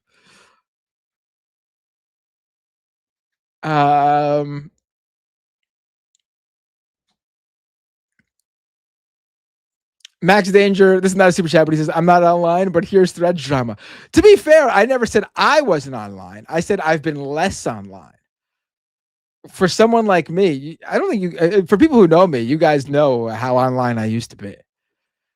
I mean, I was talking about Gamergate like months before it broke through.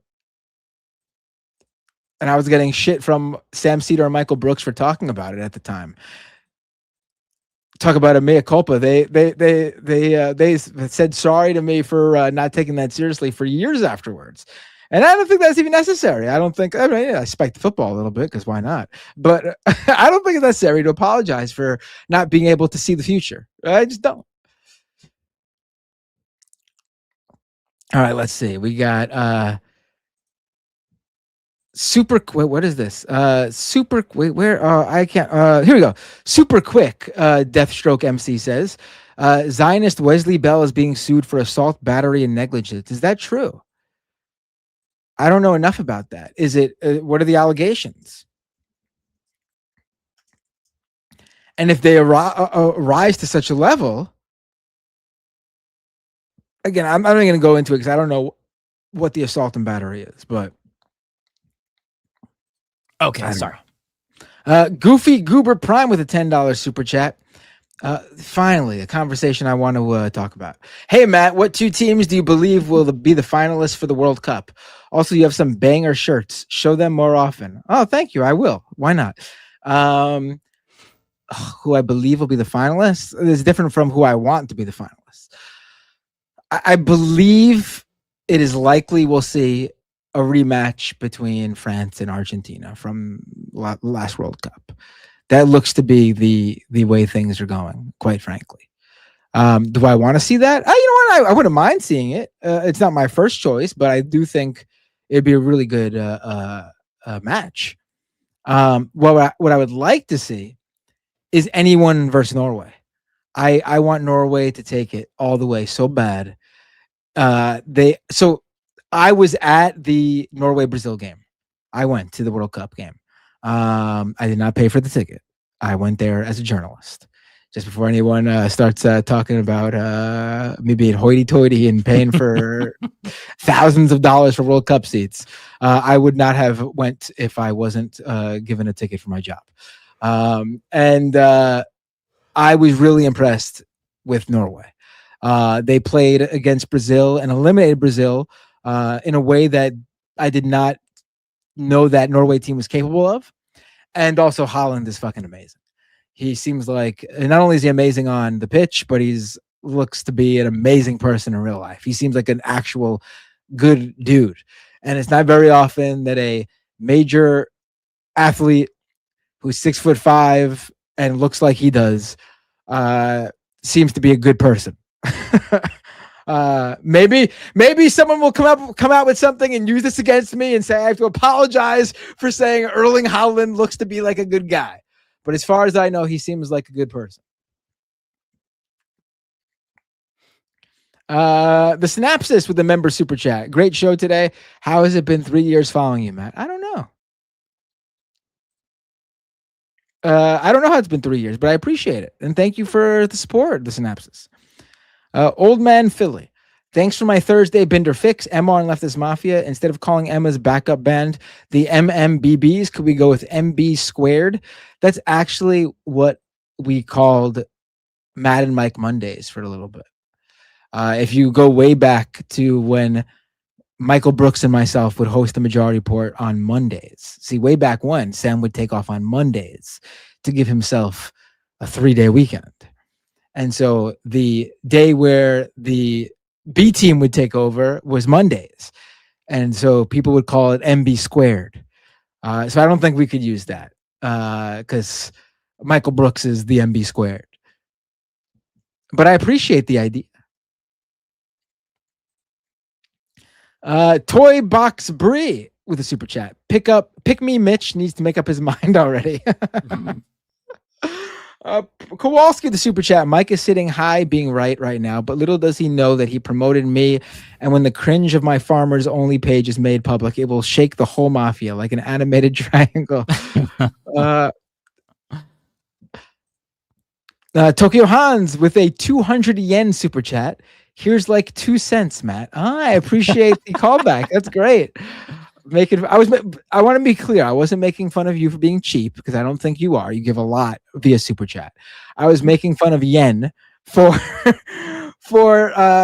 fooling Americans. I guess we should make fun of Americans then for looking at yen and definitely. seeing, 1,000 yen. That must be a lot of money.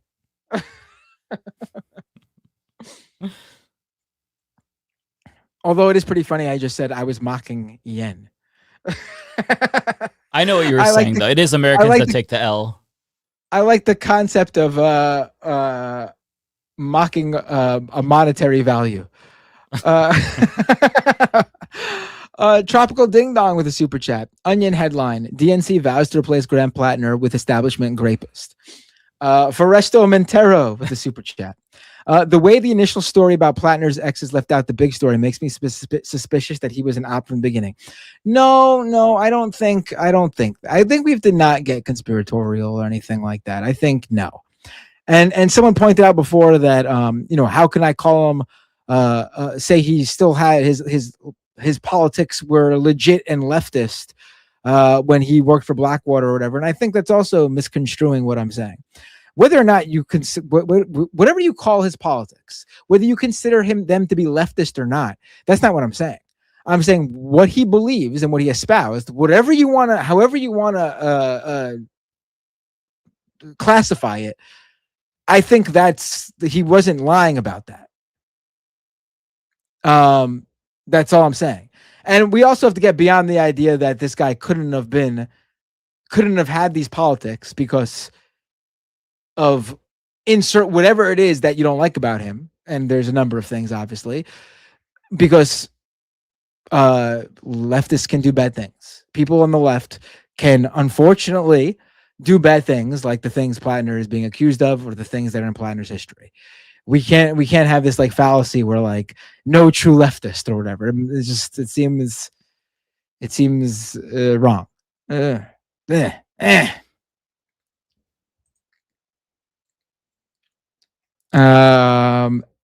Betty Buccaneer with a $10 super chat. Hello there.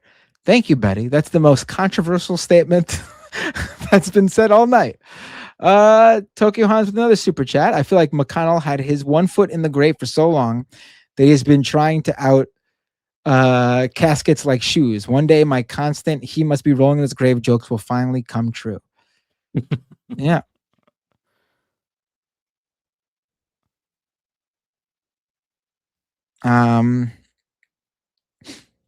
Amateur. I can't read the rest of their username because it's being cut off. Amateur something. Amateur. Do you see it? Oh, there we go. Amateur Pawn with a super chat.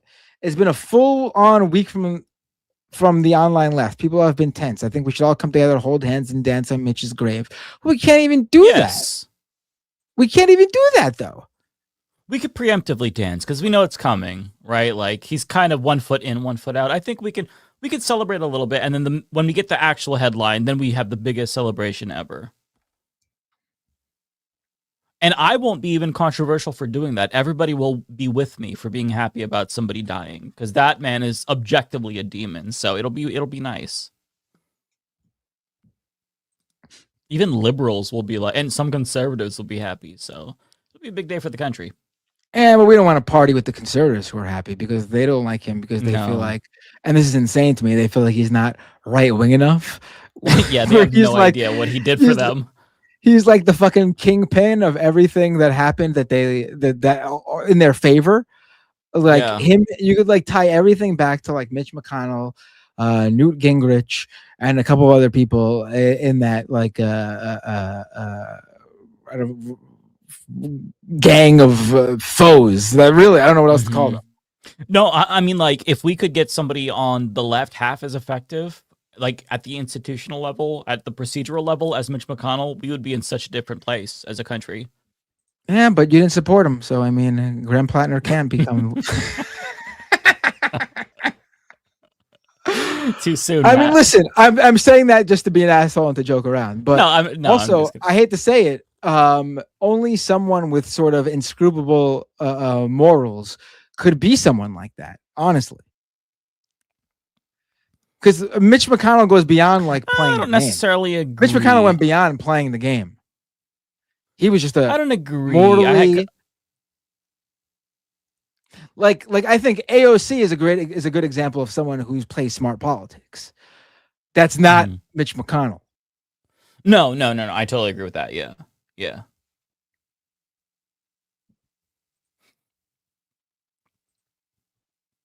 Okay, who's next? I don't even know. I'm trying to say.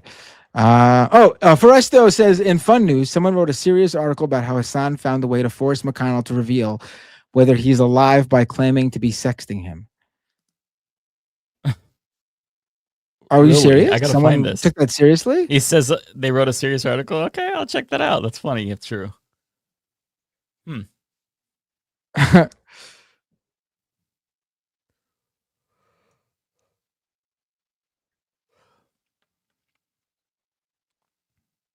All right, let's go to the next. If you could find that though, I'm trying to. I can't find it while I'm trying to talk though. Tropical Ding Dong with the super chat. I still thought David was Mike till tags went up. I don't think they look alike at all. Maybe it's just like because we're in the same.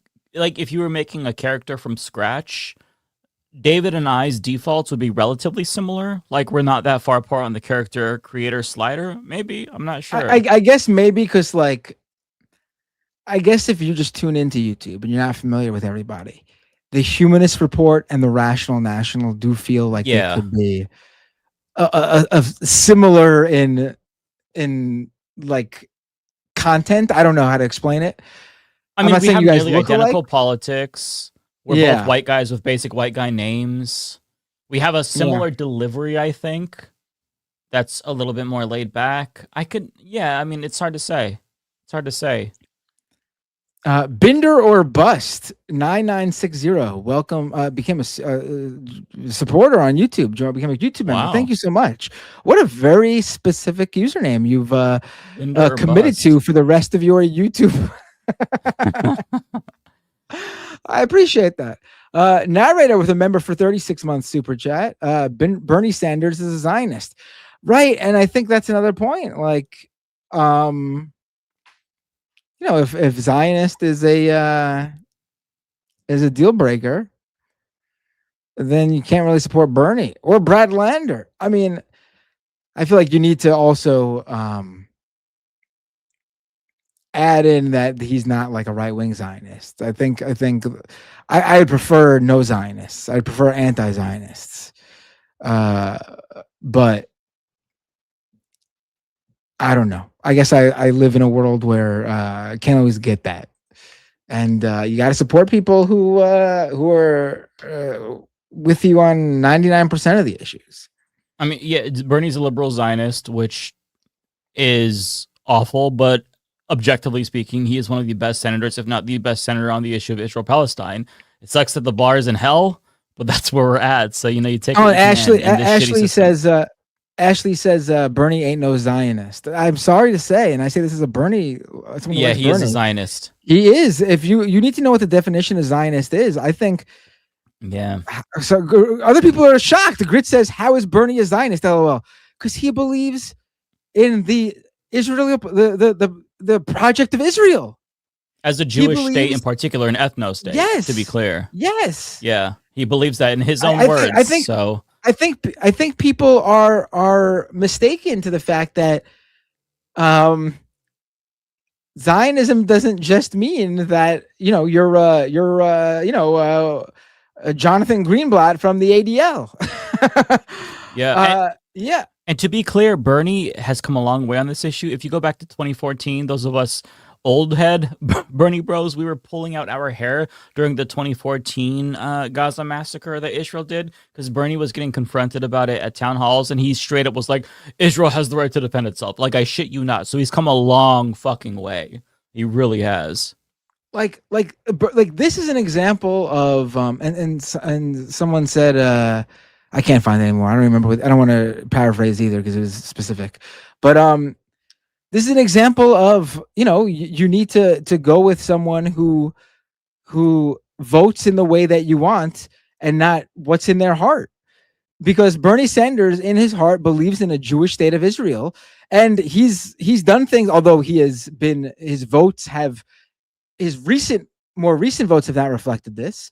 He's someone who also advocated for that with his role in Congress. He was not that great on the Israel-Palestine issue up until, I would say, 2015, 2016. And still to this day, he's not great on it. He's just better than he was. Yeah, and comparatively speaking, he's good because everybody else is absolute dog shit. Although that's starting to change slowly but surely. Okay, who's next here? Is it Tokyo Han's Gifted?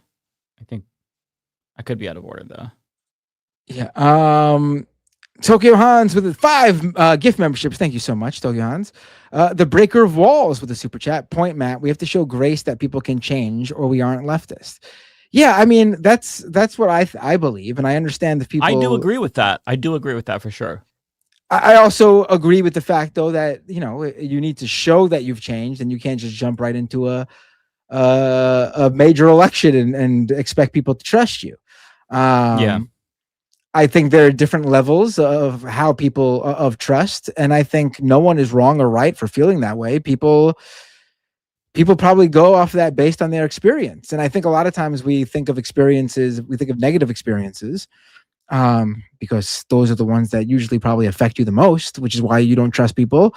But there's probably people who do trust people because they've done so before, and it turned out the person that they believe changed actually did, and so they have a reason to trust as well.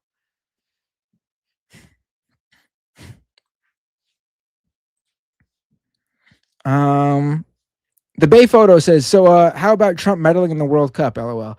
I do think, listen, I don't think the U.S. team was great. I think they had their worst game ever. This U.S. team, I'm not saying the worst game ever for U.S., but this U.S. team had their worst game ever in terms of at least the World Cup tournament. I do think the Trump thing got to their heads. I think when you have the entire world chiming in, especially if you are a player in the game and you see other players, other coaches, some of which you might play with and be your teammates at the club level when you're playing outside the World Cup, that without a doubt has to affect you. Where they're talking about how the U.S. is cheating and shit, and you're on the team. I never want to hear a Republican say again that an athlete should shut up and just dribble or just stick to sports, when the opposite happened. The politician waded into sports issues that they should not have waded into, and had an effect on the players that without a doubt affected the outcome of the game. Would the U.S. have won otherwise? Who knows? I don't think so. But would they have had such a poor showing on the field to the point where it was embarrassing? I find that possible, but also hard to believe. I think that without a doubt messed with their heads. Okay. I mean, look how Belgium was celebrating after their fourth goal. They were doing the Trump dance to make fun of the U.S. They were without a doubt emboldened by it. They were playing like, we're going to show these fucking Yankees what's up.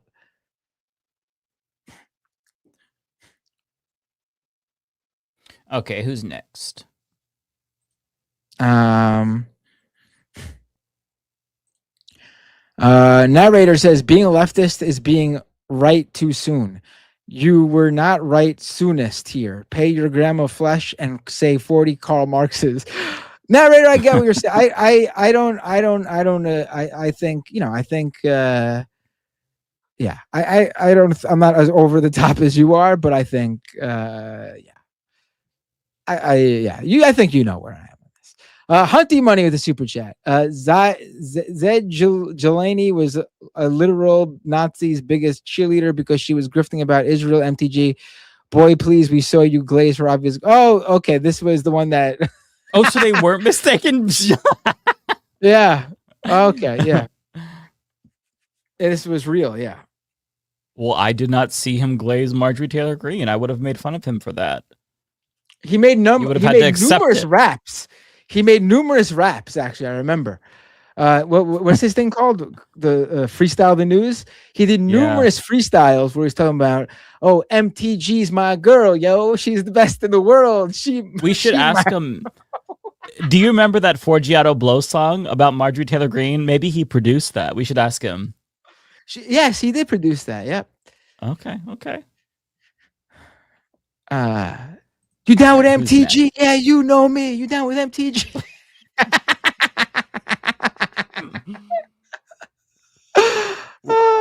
We've reached the delirious point in the super chats. We haven't gone this long in a while, so we're both going to be so fucking delirious by the time this is over. We still have not gone below 100, by the way, just FYI. Oh my God. Bro, we just hit below 100. That was it. We got 99 super chats left. It shows 101 for me, so... I got 99 problems, and a super chat is literally all 99 of them. Do you have any more? I have one more, yeah. Okay. Oh no, I got a few more. Sorry, my bad. Red Jack 75 with the $10 super chat. Gonna say it. The Majority Report needs to eat a hell of a lot of more crow for shoving that guy in our faces the last 6 months. They need to issue some real apologies as well. No, listen, everyone's gonna say I'm just biased because I'm on the show and I know Em and everything. Was I as out front? I mean, I don't even know if we discussed this over and over again. I think that there should have been a little bit more caution. I didn't go out there on a limb for him. I said people should vote for him because he's going to be the guy. I said people should vote for him in the primary because he was the most leftist candidate. I was cautious about the constant flow of things. I thought the Nazi tattoo, I get why it was a big deal, but I felt like his rhetoric did not reflect that he was a secret Nazi. But the other stuff I was cautious about. It's funny because everyone focused on the Nazi tattoo, and I thought that was not the big deal at all. And I say that as someone who covers Nazi, like that's literally how it was my whole was known for covering right-wing reactionary groups, neo-Nazis, white supremacists. I've interviewed many experts in that field. I've interviewed people who were preyed upon and became Nazi skinheads and came out of it. I knew exactly that type of person, and that's why I had a good feeling that sort of descriptor for Platner was inaccurate. But the other stuff I was cautious about. So that's why you won't find any videos of me really talking about him besides the Nazi tattoo stuff, because that's my area of knowledge. Okay, who's next? But I mean, Maine liked the guy and liked his politics, and that's where we had to deal with. I mean, I don't really know what else to say about that other than, I guess a little less, going in for someone, a little bit more straightforward. Listen, this is the guy based on how things are going, and this is why you should support him or at least vote for him if you're in Maine. We get your criticisms, but this is the way things are going right now, and this is the choice that we have. This is the lesser of two evils, even if you want to describe it as that. But he's not running anymore.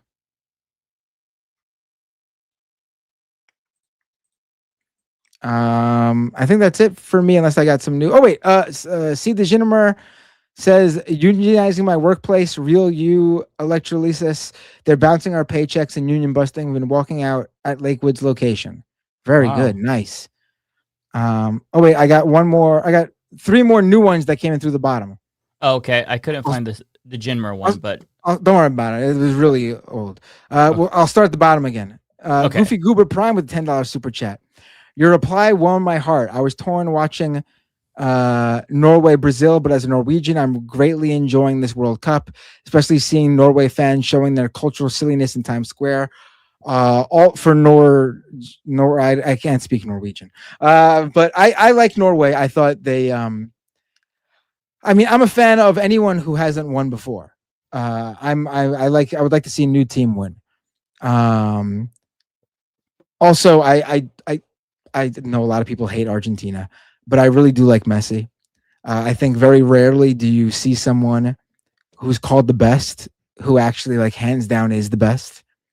And I say this as someone who cheers against who jeers him and roots against him because he's on Inter Miami in MLS, and I am an NYCFC fan, and I have to boo him when NYCFC plays them.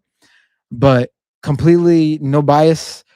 Messi is that good, and so I would like to see him play another World Cup because I think he's got it in him. And I think if he loses, if he doesn't go the whole way, I think there's less of a reason for him to do it again. And if Argentina does win, though, I think he's almost certainly going to go for one more because he wants to tie Pele's record of 3 World Cup wins. That's just my insane view of things.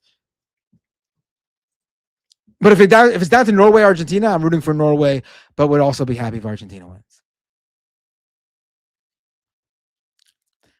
Maz says Argentina is the only non-European country left. Well, I would say to many people that's debatable about them being non-European.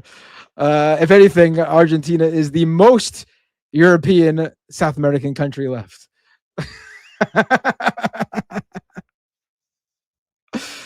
Listen, if you were against Platner because of the Nazi tattoo, then you definitely cannot support Argentina.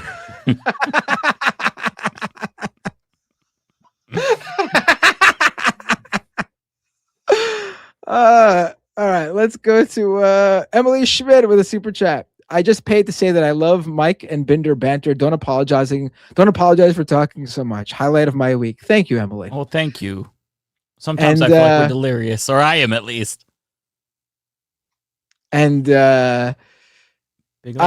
shit, not you again with the super chat. I'm stuck at work tonight. Holy shit, what a clusterfuck. Are you talking about work or this show? Oh, this one. Okay. Different one. Here we go. Okay. Is that all you have, Matt? Because I'll start going. Yeah, that's all for me. I'll go as fast as I can. We have 98. So I will go as fast as I possibly can because I want to try to read all of them. I'm getting tired. So, okay. The Grand Regent of Viltrum, $10. Thank you. I can see the future. I see fire, mayhem, and upheaval in the late 2020s. Something, I don't know what, will make our society explode like a nuke. The 2030s and 40s, however, are going to be very bright. Well, thank you for the doomer yet optimistic ending to that. Douche, thanks for the 10. Mike, check out Nathan Ong Norris, who is a DSA member running for Multnomah County Commissioner District 2 this upcoming November in Oregon. I will check him out. Okay, cool. Max Pokebra says Blackwater, the tattoo, and him lying about being a working class should have been disqualifying. His dad is a lawyer and his granddad was an architect. Totally agree. I mean, I think being an oyster farmer or whatever, I think that's working class. It's not maybe. I mean, it's also a blue collar job too. I was about to say it might not be a blue collar job, but you know, I'm sorry if you are using your labor in some way. I think the definition of working class is very. Some people's definition of working class is very outdated, and it only serves, I think, to further give fuel to the wealthy to further divide people. Like there are people who consider like a teacher not to be working class because it's not a blue collar job, and I mean that's ridiculous.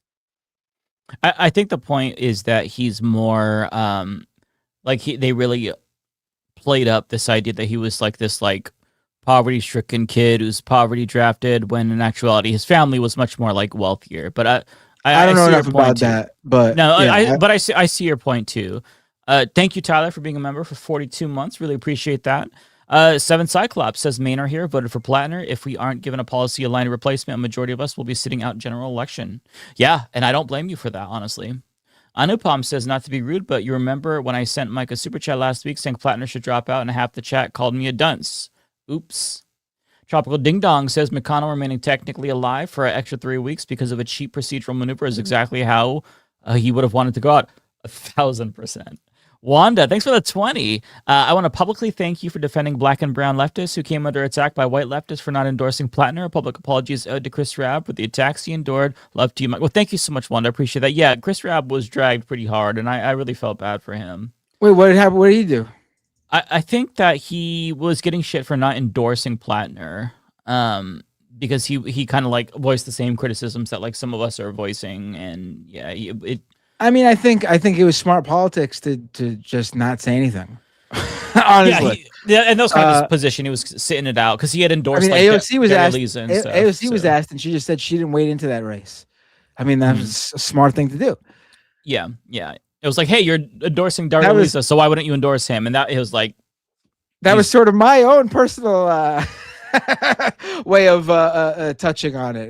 It was not something I wanted to really talk about. Aside from that whole aspect about whether he was a Nazi or whatever, because again, that was an area where I was knowledgeable about. Yeah. Degenmer, thank you so much for the member chat. Unionizing my work, real you electrosis. We're bouncing our paychecks and union busting. We've been walking out at Lakewood's location. That is awesome. Power to you. All the support in the world to you. Unknown, thanks for the £5. Count Binface got more votes than Reform in the London mayor election. Also, if you want a good laugh, look up official monster raving loony. I will. The UK, they're always up to some shenanigans. I love it. ABS says, do you think Graham dropping out will lead to a new progressive or establishment Democrat replacing him? Has the left lost credibility because of this? I think that he's going to get replaced. I hope that it's Troy Jackson based on what I know so far, which is little. He seems cool. He supports Medicare for all. Don't know about other policies. In terms of credibility, I think the credibility will be strained with a lot of leftists of color. I hope that can be rebuilt in the future. And I think that's possible, hopefully, if there is some introspection. Anupam says Susan Collins has a negative 17 approval rating in a D+10 state. Just the boring normal Dem would have won. Oh well, hope Jackson or Bellows is the nominee. Yeah, but that's not true though. That's not true either because Mills was polling badly against Collins. Oh, fair point. Yeah, fair point. It's not true. It's just not. Maine was clearly. They need a progressive. Like, I mean, people. It's not just about Platner. People clearly wanted progressive policies, so they need to have some sort of democratic process where that is facilitated, where they can choose somebody who is progressive that supports the policies that Platner supported. Bad idea. Bad idea. I hate to do this. Bad idea. Society says Binder would probably get this, but when the Harris twins would come out on TNA, people would go nuts about their Nazi gear.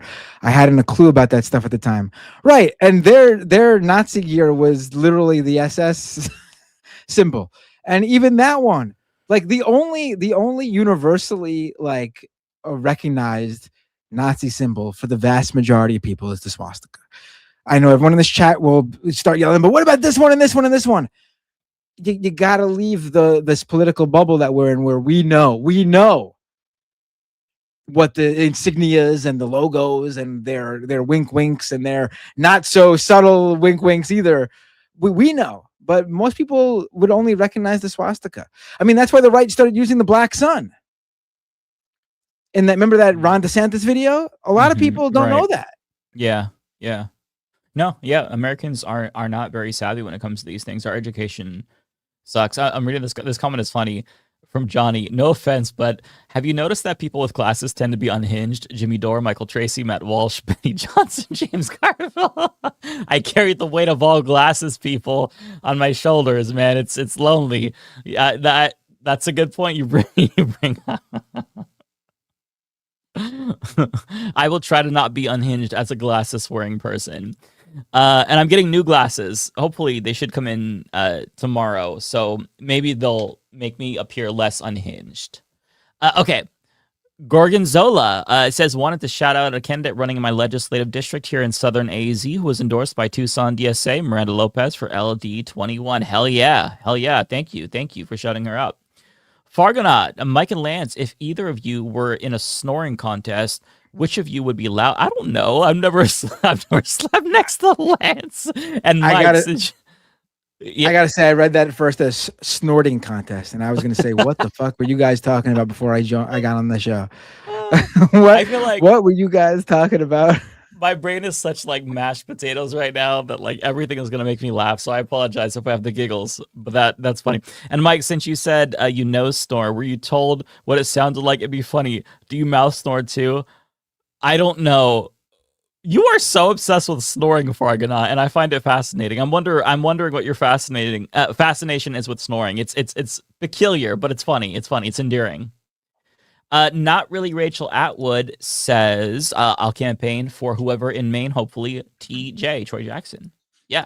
Narrator, caveat, I'm not claiming any Platner evidence is false. I believe he needs to drop out. There's a lesson about response to earlier red flags, period. Chicken Warrior, I hate seeing all the, thanks for the 10. I hate seeing all the left wing and fighting over Platner thing. The Republicans are destroying the world, but instead of uniting and trying to get past all this to take back the Senate, we're fighting. We're fighting, but I think that it's a necessary fight to be had. I think that these things are important. We have to hash it out to move forward. I do believe that. Meta says, I didn't even know people were fighting, honestly. I had no idea. Yeah, I mean, like, yeah, this podcast is probably not the best example. I feel like, we got like passionate, but we were really like, but like in general, I've seen the fight online I've seen has been like moderate Dems, like near attendant, like I brought up before, trying to use this to attack the left. That's all I've seen. I haven't seen any real left on left fighting. Maybe those few weirdos who are trying to like defend him against these allegations. But that's about it. And those people deserve to be roundly. I've still seen a lot of people defending criticized from the rape, which is just. I haven't seen that. I've just seen like a handful. It's a lot more like contained and niche. It's in like comment sections, but you still see a lot of people. So yeah, but it's not. I don't think it's the majority, thankfully. Anyways, Meta says they dummy mandered Texas. I sure hope so. Octawolf says gas is $3.69 in Texas before Trump was elected. It was $2.30. Oh wow, that's quite the jump. Chicken Warrior, thanks for the 10. Like I see progressives doing the I told you so, and corpo Democrats trying to use this as a way to destroy progressive politics. We will never win unless we stick together. Platner is just one guy. I totally agree on your broader point. I hope that like my points don't come across as I told you so, because again, I have fucked up countless times and have had to be humbled. It's just a matter of like we have to hold each other accountable because we all have different perspectives, different blind spots, different lived experiences, and I feel like it's really important that if we see one of our own kind of like failing morally, then we call them out. I hope that people would still like keep that same energy with me. I'm like, I don't plan on quitting this, so at some point I'm going to fuck up. We're all human beings. We're all going to fuck up. So we just have to try to take criticism, take it on the chin, let it roll off our shoulders and not get offended, but absorb the good information and the good faith criticism from allies. Because if we don't do that, we turn into TYT where we crash out from criticism. We don't want to do that. So You know what, Mike? Fuck you. Okay? Fuck you. Suck my balls, Binder.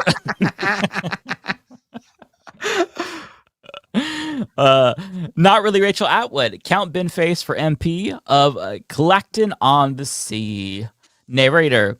But and thanks for the 10. But it is still true that I'm slurring my words. Oh my God, I'm so tired. That the beneficiaries are billionaires, the surveillance state, both political parties and IDF and the corporate media. Narrator, thanks. Or Tokyo, thanks for being a member for 29 months. Appreciate that. Psychedelic, thanks for the 10. I genuinely think there needs to be for some form of self-critique on the American left for letting Platner get as far as he could, and how that happened. Black leftists have been warning about this. Yeah, I totally agree, 100%. But this is where I disagree. How? Let him get as far as we go with leftists should have gone to Maine and campaigned against Platner.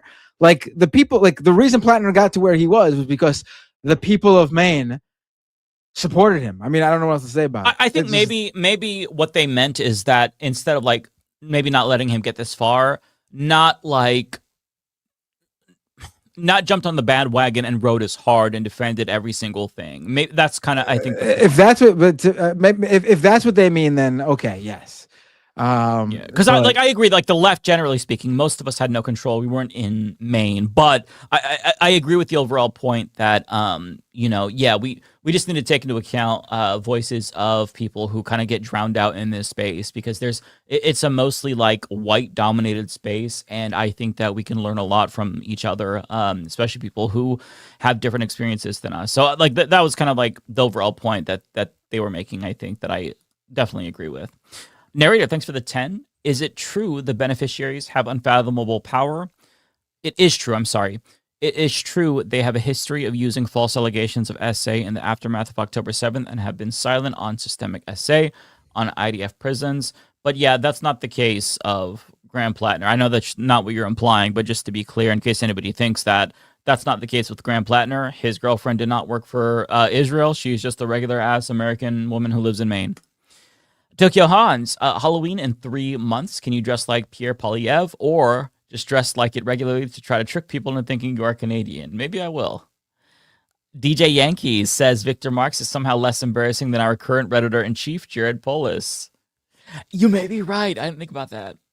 Unknown says you should have Mr. Cody Dollar on. He's hilarious. He does short-form videos on UK politics. Very funny. We'll look into him. Chicken Warrior says the Dem Party has to let the people of Maine choose his replacement or we are cooked. They liked Platner's policies at the end of the day, but the Dems will mess it up probably because they hate the left. 1000% agree with you. Yeah, this cannot be some top-down thing. It has to be a democratic solution. That's one thing I think all of us can agree on with regard to the Platner situation. Philip says character informs policy. You can't separate that. Olivia says the New York Times article describes abuse. What? Snappy says Matt just said there's no way of being able to predict this would happen to call with 4 people who predicted this would happen. Angel says Maine liking him doesn't mean leftists should have backed him. Pendulous Dragon, thank you for being a member for 32 months. Tej says, Mike, you named Anna. Why not Majority Report? They were fanboys through and through and gaslit listeners and viewers who were calling out the patterns. I think this is probably before I did name Majority Report people, but yeah, I have no problem criticizing them. I would hope that they would also criticize me if they felt like I was in the wrong. I feel like I respect them and they respect me enough to be able to do that. So yeah. Bayphoto says, had you been holding back since bowing out of the Platner discourse last fall because you unleashed your full thoughts in your video? Loved it. I have been holding back, if I'm being honest, because it's really hard to. It was just futile. Resistance was futile, and in the event, I was able to be successful. Then it's like, what do I accomplish? I hate Platner, but if if I was able to take him down, then I'm doing the bidding of Susan Collins. I'm just a useful idiot. So it really felt like a no-win situation. It was really, really frustrating. But yeah, I was holding back. I was definitely holding back until this week. Thank you for being a member for 2 years, Tony. Appreciate you.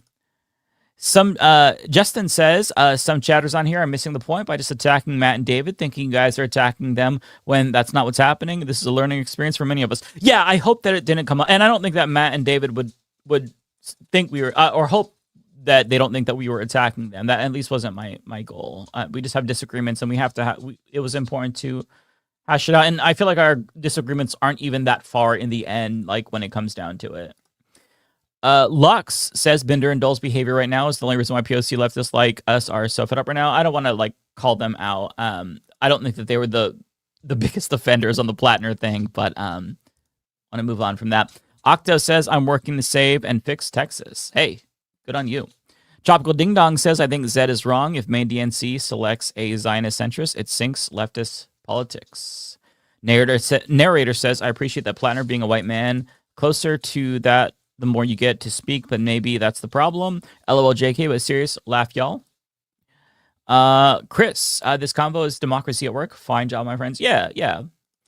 Jeremy says, we have to hold our own to a higher standard before we hold opponents to any standard. Agree. Rachel Atwood says he was a TMBS fan. It's hard to attack your own. Yeah, absolutely fair point. Chicken Warrior says, I honestly don't think any of this would change until we have a true, robust leftist grassroots organizations and civic leaders working together. Fair point. Spot says, I feel dumb for believing in and betrayed by Platner. Rough day. It happens to everybody, man. It's happened to me hundreds. If you've been watching Humanist Report since 2015, you've seen me eat shit a million times. Again, and I was a Jimmy Dore friend. I think that's a problem, though. You shouldn't feel that way. Honestly, you shouldn't. Because then you just tap out. Just never trust anyone again.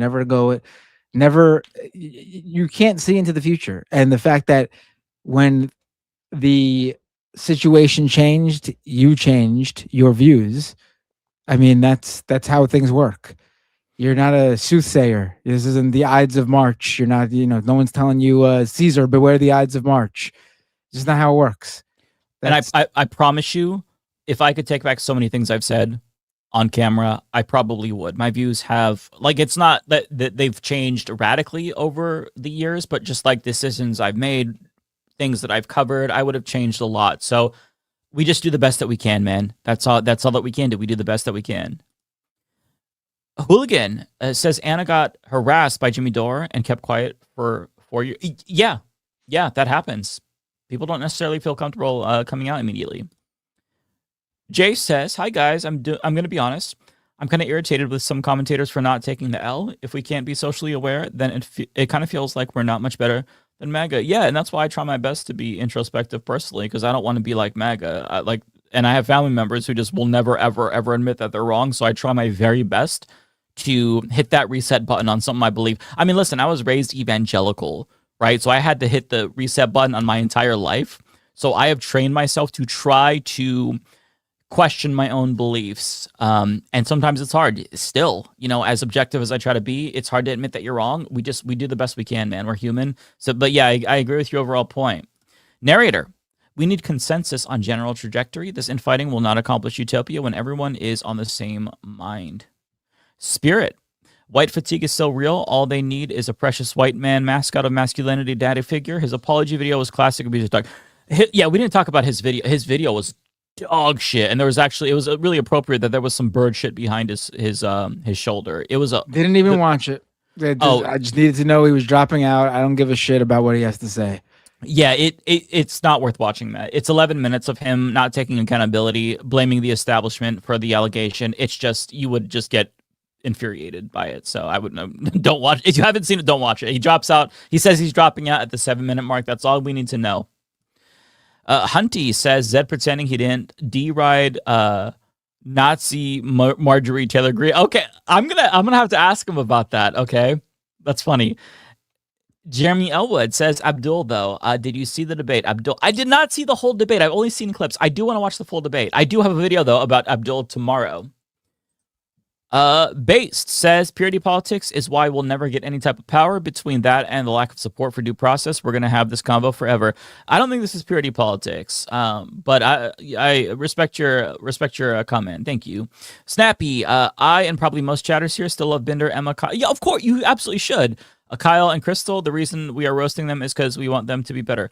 Yeah, I don't think there's any bad blood and any hate towards them. I think that part of it is like if somebody has a position you disagree with vehemently and you respect them so much, it's even harder, right? So yeah, no, I don't think that they would take criticism as hate for sure. Super duper full. Thanks for the 20. Cavernacle did a great video on Platner with a lot of facts I didn't hear before. Mike was a welcome voice of reason to not feel insane about my reservations. Fuck Platner for even thinking of running for office. Well, thank you for the chat. Spot says I should have known better and assumed with the Blackwater thing that he's a bit of a monster. Honestly ashamed of myself. Did not know the quotes you read till today either, so I need to research better. Terabyte says, it does seem like two convos, one where we as leftists make sure people like Platner are not elected, and the second, what do we do when someone like Platner is elected, the lesser of two evils? Yeah, good point.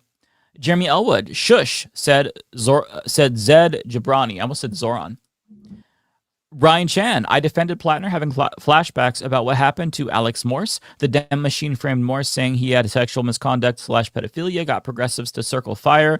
Obvious misjudgment. Not really Rachel Atwood. Platner's trash, hands down. Recombat vets in Congress. How many polite centrists, D's and R's, have done unspeakable things in war and face no consequences? Jeremy Elwood says, how's Mitch? I'm worried about his health. Yeah, you and me both. Whew. Okay, we're almost there. Dirty Pirate, looking forward to Zaid Tabani's Why I Left the White Left video for being mixed up with Zed Jelani. Morton says, what should the role be for people that are skilled in violence within the left coalition? I can't think of any successful leftist movement that didn't accommodate soldiers, officers, and war vets. I think that Cabernacle made a great point. They should be helpful with the Socialist Rifle Association. They should teach people how to, shoot firearms, shit like that. That'd be a great role to play. That would actually be really helpful. Organizing, great role. Things like that. Octawolf, I did a baggage search for me online and found nothing, so that's why I'm getting ready for a future run in the Texas State Legislature. Well, hey, good for you, man. Adrian says, please, guys, it's Rebecca. I missed her. She wasn't able to come on tonight. She might come on next week. I'm not sure, though. But she'll be back at some point for sure.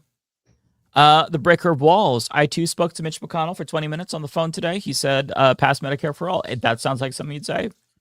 Comrade Girl says, what has been McConnell's status? Why has it been so secretive? I'm sorry about that. Does the secretive nature imply anything? Also, the ending of the memorial video got to me. I think it does. I think the secretive nature does imply something, for sure.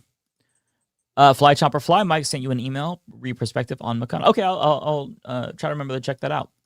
Lennon Lover, you guys should have Tennessee Brondo on as a guest. I will look into Tennessee Brondo. I'm not familiar with them. Reject says, in happier news, I'll be canvassing signatures with ESDSA down south this weekend for the Eugene Clean Energy Fund modeled after the same in Portland. Everyone get organized in your community. Hell yes, good for you. Soul Aperture says, cocaine Mitch, never forget.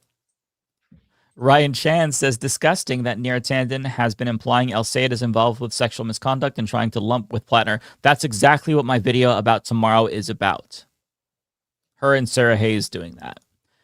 Chris Corcoran says Fetterman needs the STFU about Platner. Just because Platner is trash doesn't mean the Zionist ogre ass Breaking Bad reject isn't also trash.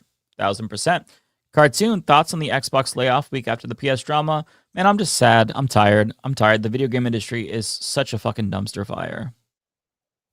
Jeremy Elwood, wow, $100. I think this might be for Ariana. I'm not 100% sure.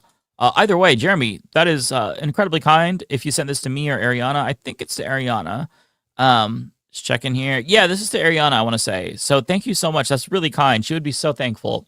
To Ariana, we've large Persian community here. Ex-fiance was Persian, fell in love with her, the food, the culture, the people. Don't know if you have family in Iran. If so, no, I'm wishing you and yours safety.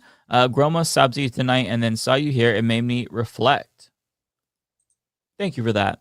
Justin, thanks for the 20. Since the Platner fallout, I feel like some on the left are become too focused on outing each other. People should feel vindicated, but case in point, I didn't support him, but people saying I'm not a leftist because I won't dunk on leftists.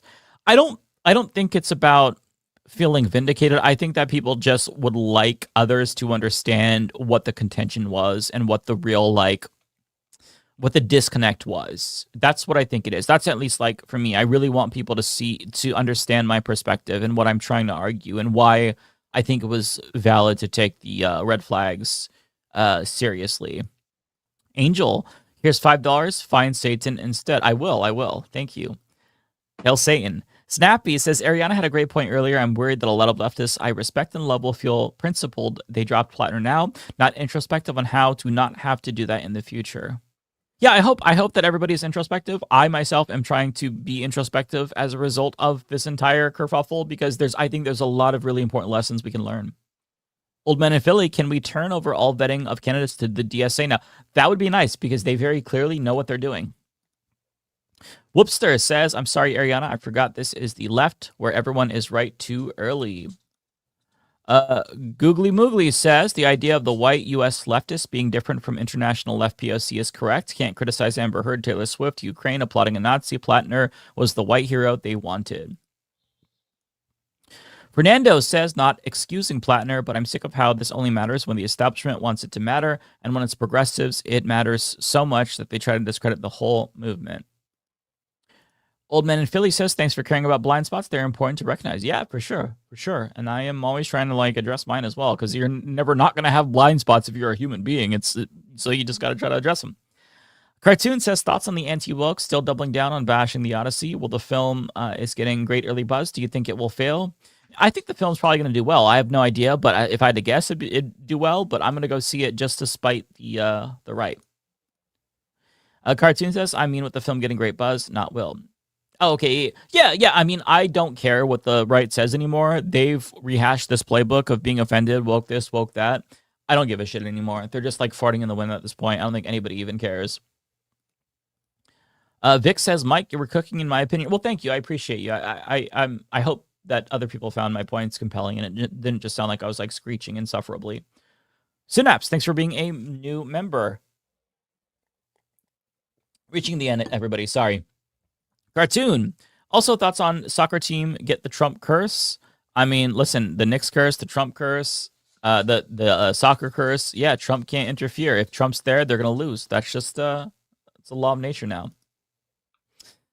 Jeremy, thanks for the gifted membership. Appreciate that. And Kowalski, the Mafia got a little Goodfellas tonight. Matt, if Mike invites you to a cabin upstate, just be careful.